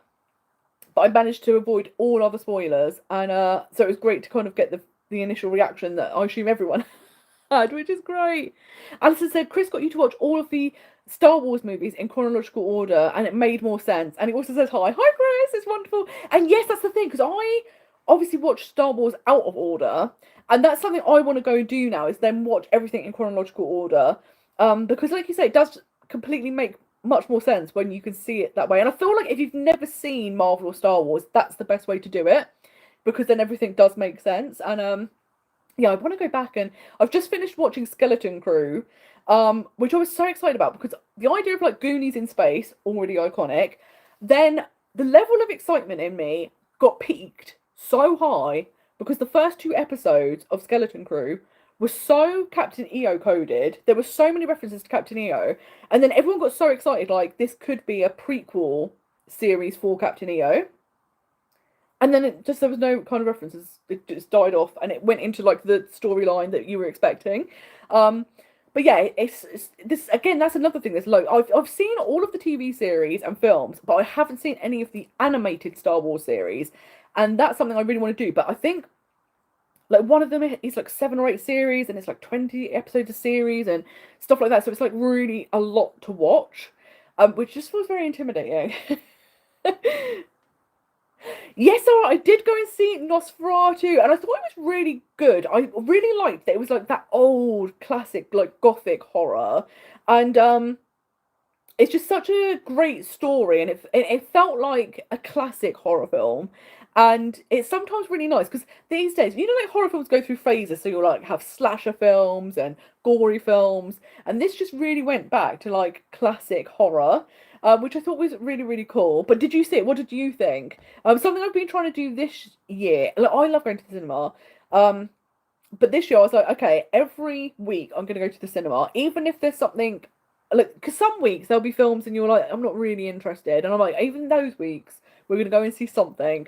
So I've been four times this year already. But I obviously went to see Nosferatu. I saw Baby Girl. I saw what else have I seen? What did I go and see the other day? And it was good. Oh, do you know what's weird? I went and saw Wolfman, which I was not expecting to be good. I thought, oh, this is going to be one of those like. I'm quite fussy with horror. There's no real horror films that, like, horror films don't tend to scare me, which is funny because Haunted House is terrified. Horror films, not scared at all. But also I find a lot of horror films aren't particularly good films. It's hard to find ones that stand out.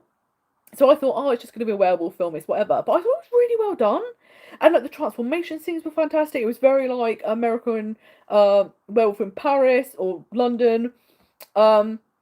I was so impressed. It was so much better than I was anticipating. So I really enjoyed that. What else have I seen? I went to see something literally the other day, and I can't believe it's wiped out of my memory entirely. But I'm gonna go and see The Brutalist next week, which it's a long film. It's 3.5 hours. However, because I don't know if you've got a View cinema near you, but View is where I go. When they say the film starts at 7 p.m, it doesn't. It starts at 7:30 because you have like 30 minutes of adverts and trailers. And then the film is 3.5 hours long. So really, you're going to be in the cinema 4 hours. But when you go to book your tickets, you're in the cinema for like 4.5 hours because they've said, because the film's long, they're doing an interval. And I'm like, that could be helpful, I suppose. Like when I saw Avatar, the last one, that was like 3.5 hours. And it was one of those things like everyone in the cinema at some point needed to pop to the toilet.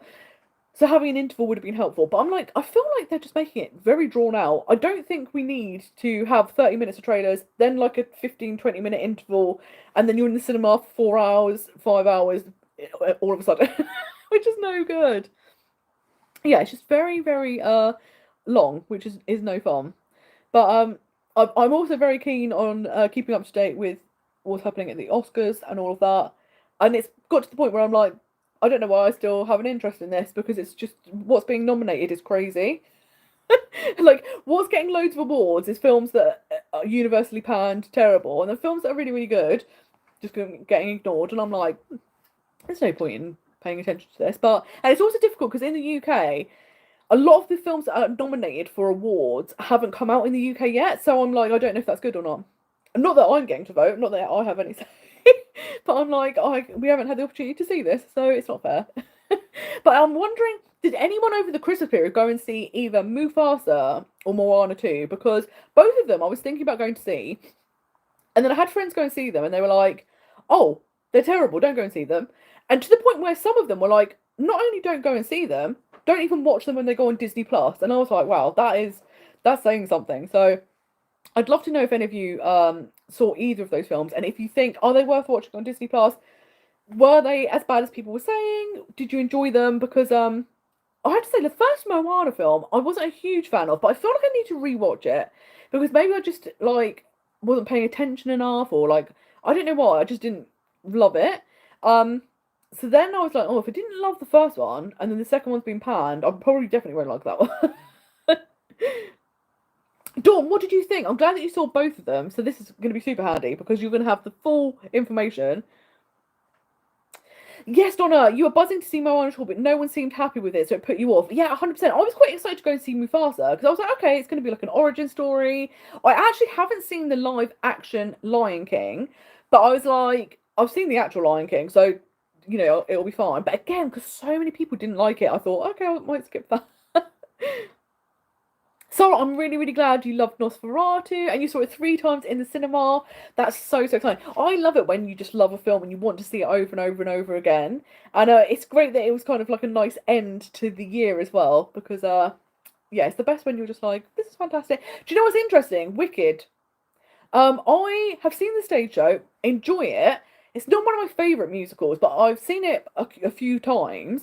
And then the film, I was kind of like, I don't know how I feel because obviously there's been so much press around the film with like all of the affairs and like, do you know what really put me off seeing the film was the press tour with all the crying and the holding space and all of this stuff, and I was like, oh no, I can't, I don't think I'm gonna like this. And then people started singing, they were like, oh no, it's really good, you need to see it. And I put it off for ages. I think I saw it like a month after it came out. Incredible, absolutely incredible. I was an idiot. I should have gone sooner. It was amazing. It's so good. Oh, Dawn, this is really interesting. You don't want to spoil Mufasa or Moana 2, but you didn't love either of them. And yes, it seems to be a lot of people feel the same way. And it's such a shame because I feel like Disney really needs some films that really, really connect with people. Because I feel like it's been quite a while. And I feel like even the films that they talk about a lot, like Frozen and Encanto, Coco, they're not like the same level as A Beauty and the Beast or original Lion King. So even though they've been like the breakout successes in the recent years, they're still not loved to the level those films were. It's almost like they're a best of a bad bunch. Not that they're bad films at all, but it's like, I like Encanto, but I would never go, oh, this is like a Disney classic that, you know, people for generations will be watching. But I think it's really important that Disney have some of these films because you need like young audiences to have films they connect with. And like I know they're talking about at the moment that a lot of young kids and like teenagers don't have that same affinity for Disney because they haven't had that experience that we have. Um, and I'm like, oh my God, I really hope that they do have these films so that young people do have that same experience of just being like absolutely in love with stories and wanting to get really engaged with Disney. So yeah, I hope so. Although I am obsessed with Coco, so I do love that film. Although I've just been like, it's not as big as the other ones, but I feel like if it had come out in a string of big successes, it wouldn't have been as popular as it has been, if that makes sense. Even like Frozen, I don't know if Frozen would have been as popular if it had come out in amongst like 10 films that were fantastic. I think it would have still been popular, but probably not to this level. Oh, interesting, Alison, you're really looking forward to Snow White. I'm not going to go and see it, and it's only because Beauty and the Beast was always my favourite animated film for my whole life. And then I went and saw the live action film, and I hated it so much that to this day, I've still never ever watched Beauty and the Beast ever again. And it really ruined Beauty and the Beast for me, which sounds really dramatic. But I'm like, Snow White is my favourite classic Disney film, and I'm like, I can't run the risk. Like, I can't have it happen twice. And it's interesting because it's had so much controversy, hasn't it, with like the lead actress kind of speaking out against the film, and there was all the controversy about Disney not wanting to use little people actors, even though they are people that typically aren't given opportunities in normal roles, and this was going to be perfect for so many of those actors. And then they had the 7 magical people instead of dwarfs, and then that was terrible, so they canned it, and now they've done CGI dwarfs. And I'm like, oh no, I think it's all the most... They were worried about causing offence by using real little people actors, but it's like, but little people exist. So, and I don't think, or at least for me, whenever I watched Snow White and the Seven Dwarfs, the dwarves were never figures of like mocking or derision, like, they're really beloved. So I don't think they had to worry about if we put little people in the role, will they become kind of like figures of mockery. But I think they were so worried about that they've ended up doing all this other stuff, and it's like turned out worse. I'm like, I think we just have to stop this.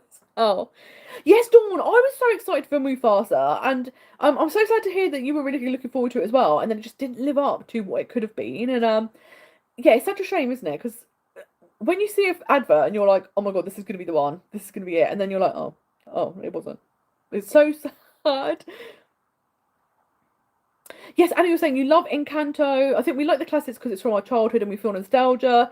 And yes, I totally agree that obviously we love those films because of the nostalgia, but I think they also stand the test of time. Like, they are just such classic stories, and like that's why you have like all of the musicals based on like The Lion King and Beauty and the Beast and stuff like that as well. And I feel like the newer films, and like we still like the newer films, but younger generations don't really care. Like, Frozen's probably the one that's the big one, but like, yeah, they just haven't gripped people as much. So, and I think they're still good films, don't get me wrong, but I just don't think they have that same like, those films, the films we had in childhood were so huge and so popular, and I feel like the recent films have been popular just because there hasn't been as many good films out, and I don't think there would be, like, I feel like we have to cling on to them and like really love them because they're like adrift in the ocean, if that makes sense. So we want to cling on, be like, these are the films we want to see more of, like the characters we love, the things we'd like to see, because it's like we don't want them to get lost and like they just drift away. But yeah, it's hard. I feel like Disney needs to kind of, there needs to be more creativity at Disney. I think that's part of the problem. Like, Disney was always a creative company and the money followed, and now they're chasing the money and ignoring the creativity, and I think that's where they're stumbling. So it's like, let's be creative forward again. I think that would be so good. Yes, and you like Coco much more than Encanto, and I feel the same. Like, I did really enjoy Encanto. I loved like the vibrancy of it and like the idea of like the family stuff. I was actually speaking to someone the other day though. I miss a proper villain. I love the idea of like a Frollo, or like just they're evil people and there doesn't have to be an explanation. So again, I know that Disney are trying to keep up with the times, so where it's kind of like now the villain is like family trauma, which that's very relatable. Like, like that, who doesn't have family trauma? But I'm like, can we have a good villain again? Just ones that are just bad for being the sake of being bad. I kind of loved that.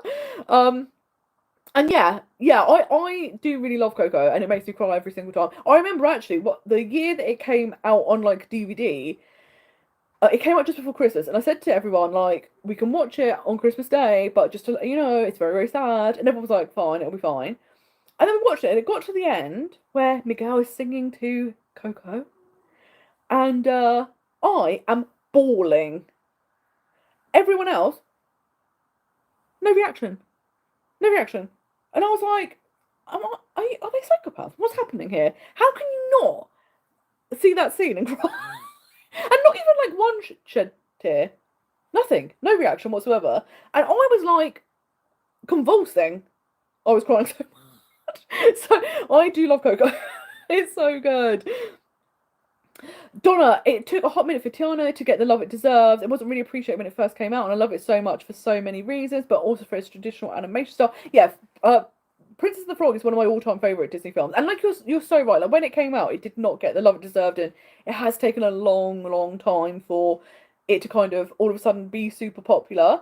So yeah, I think you're so right with that, and I do think I am glad we are seeing like Coco and Encanto in the parks, and like even stuff like Moana. You know, those four like Frozen, Moana, Encanto, and Coco, kind of the four.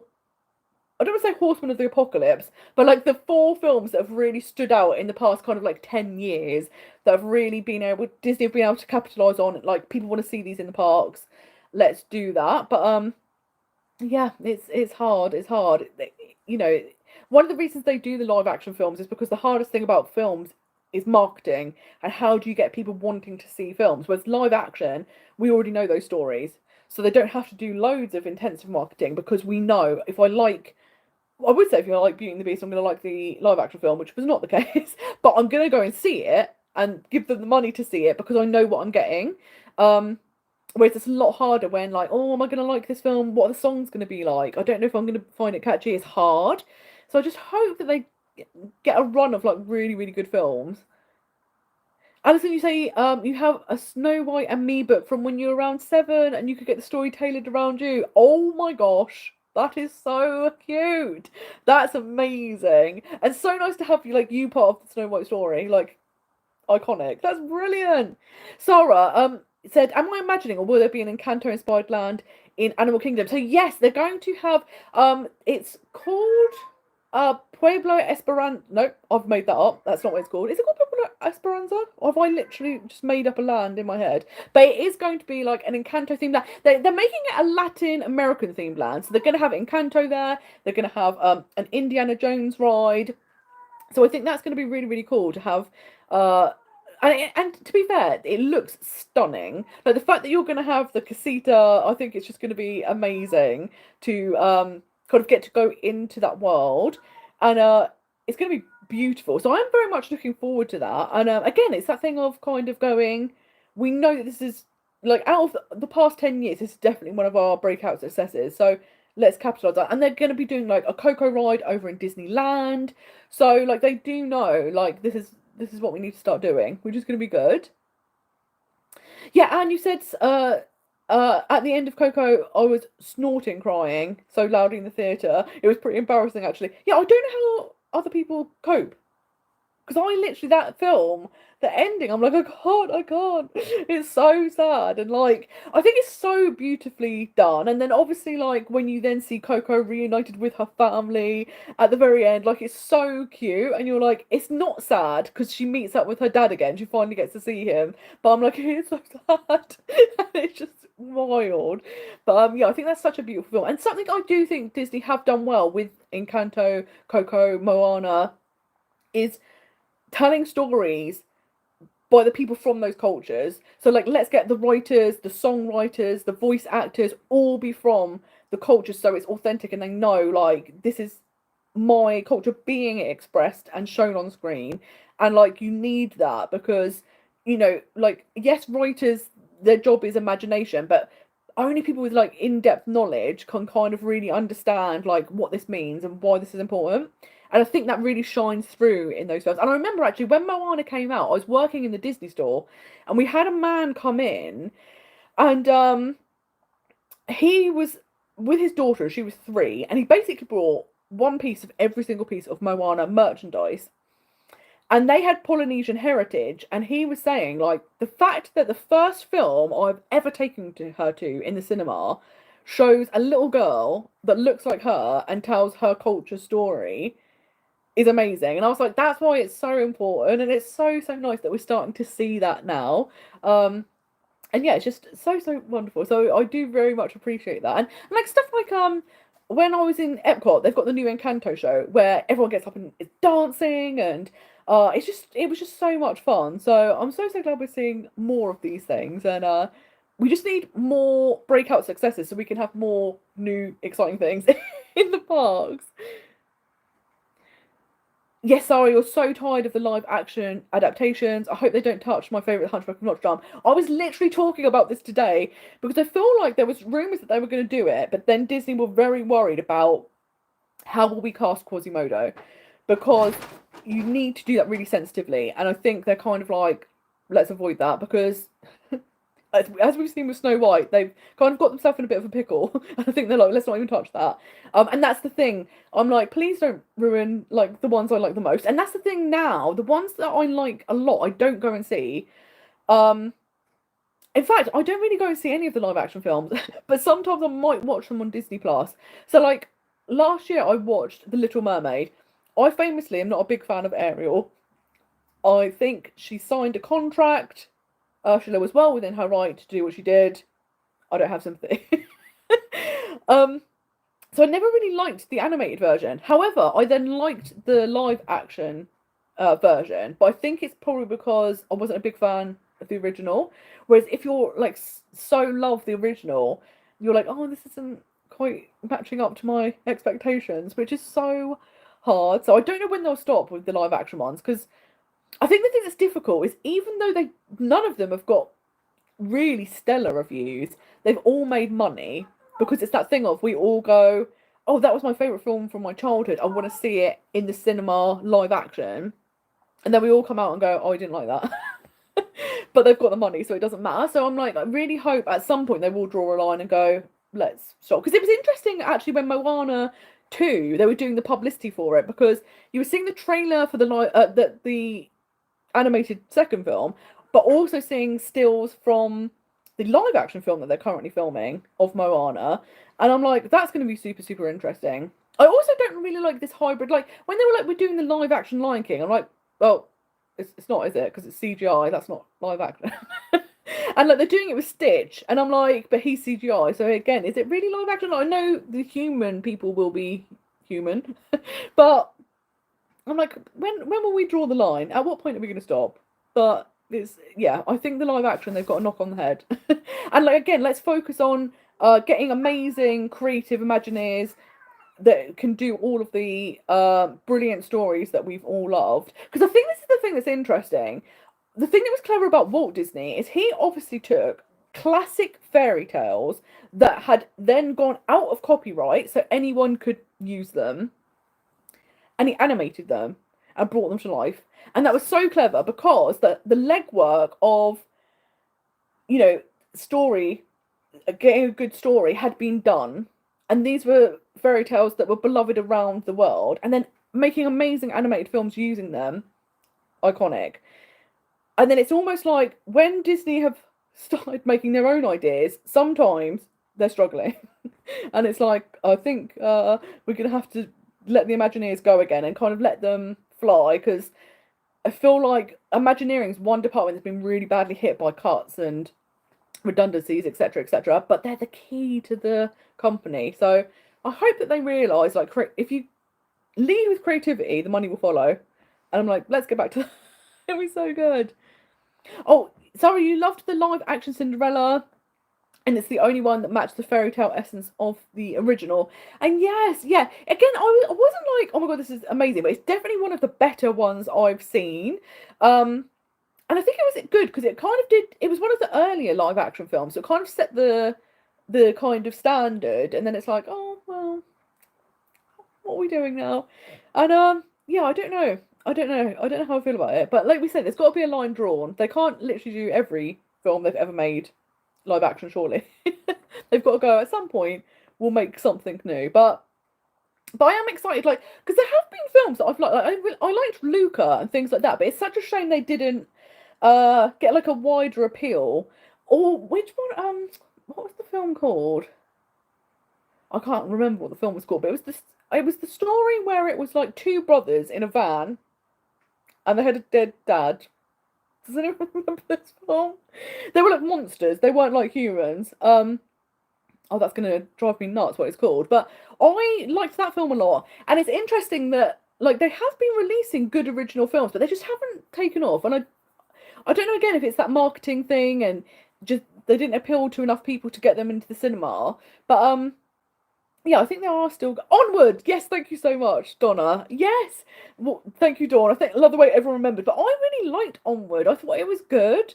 And yeah, it's such a shame that that kind of didn't get as much success. But yeah, there's got to be more stories out there that are gonna blow our minds because I refuse to accept that Disney. And but this is the thing: all companies go through this, don't they? Where there will be patches where it's difficult. Like you know, Disney before like the second golden age and the Renaissance, they kind of had a big period where Disney were really, really struggling and like, what are the audience connecting with? So I think it is just peaks and troughs, and that we will see another golden age appear.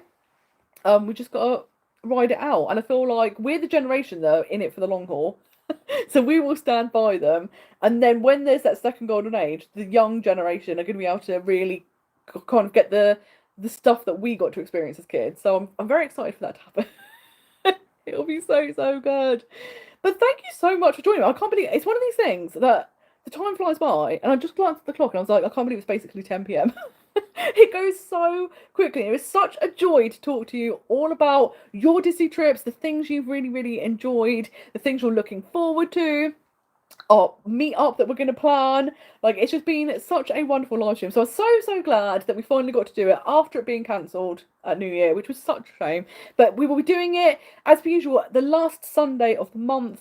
So February, we will also be having this. And do let me know if there's a topic. I'm trying to... What I'd like to start doing is I've tried to start theming them. So, like, we've had live streams like about Halloween or about specific parks, things like that. But also I think it'll be interesting to do a live stream where it's kind of like maybe I'm doing something at the same time. So let me know if you'd like that, or if you're quite happy for us to just be talking and we don't need to. Why add an extra element? Why do we need to be doing it? So do let me know. But yeah, it's been absolutely wonderful to speak to you all. I hope you've had a lovely start to 2025. I'm very excited to be carrying on with the year, and I'm very much looking forward to everyone's Disney experiences and hearing about them, because I love that, like, a lot of us have countdowns. We're lucky to know in a matter of time we'll be back in Disney, and I'm so excited. I'm so excited. So thank you all so much, and I will speak to you soon. Thank you so much, Anna. Thank you so much, Berlin. I will send you that list of Marvel films so you can get on the Marvel train with us all and enjoy watching endless amounts of films and TV shows. Just free up the next maybe 4 years and you'll be fine. It'll be so good. But thank you so much, and I will speak to you soon. Bye bye. Oh, I've just remembered. The only way to stop this is with the phone, and the phone is in a weird position. So enjoy this very weird ending where I have to try and work out where the button is. Oh, oh, oh, oh, oh. There we go. See you soon.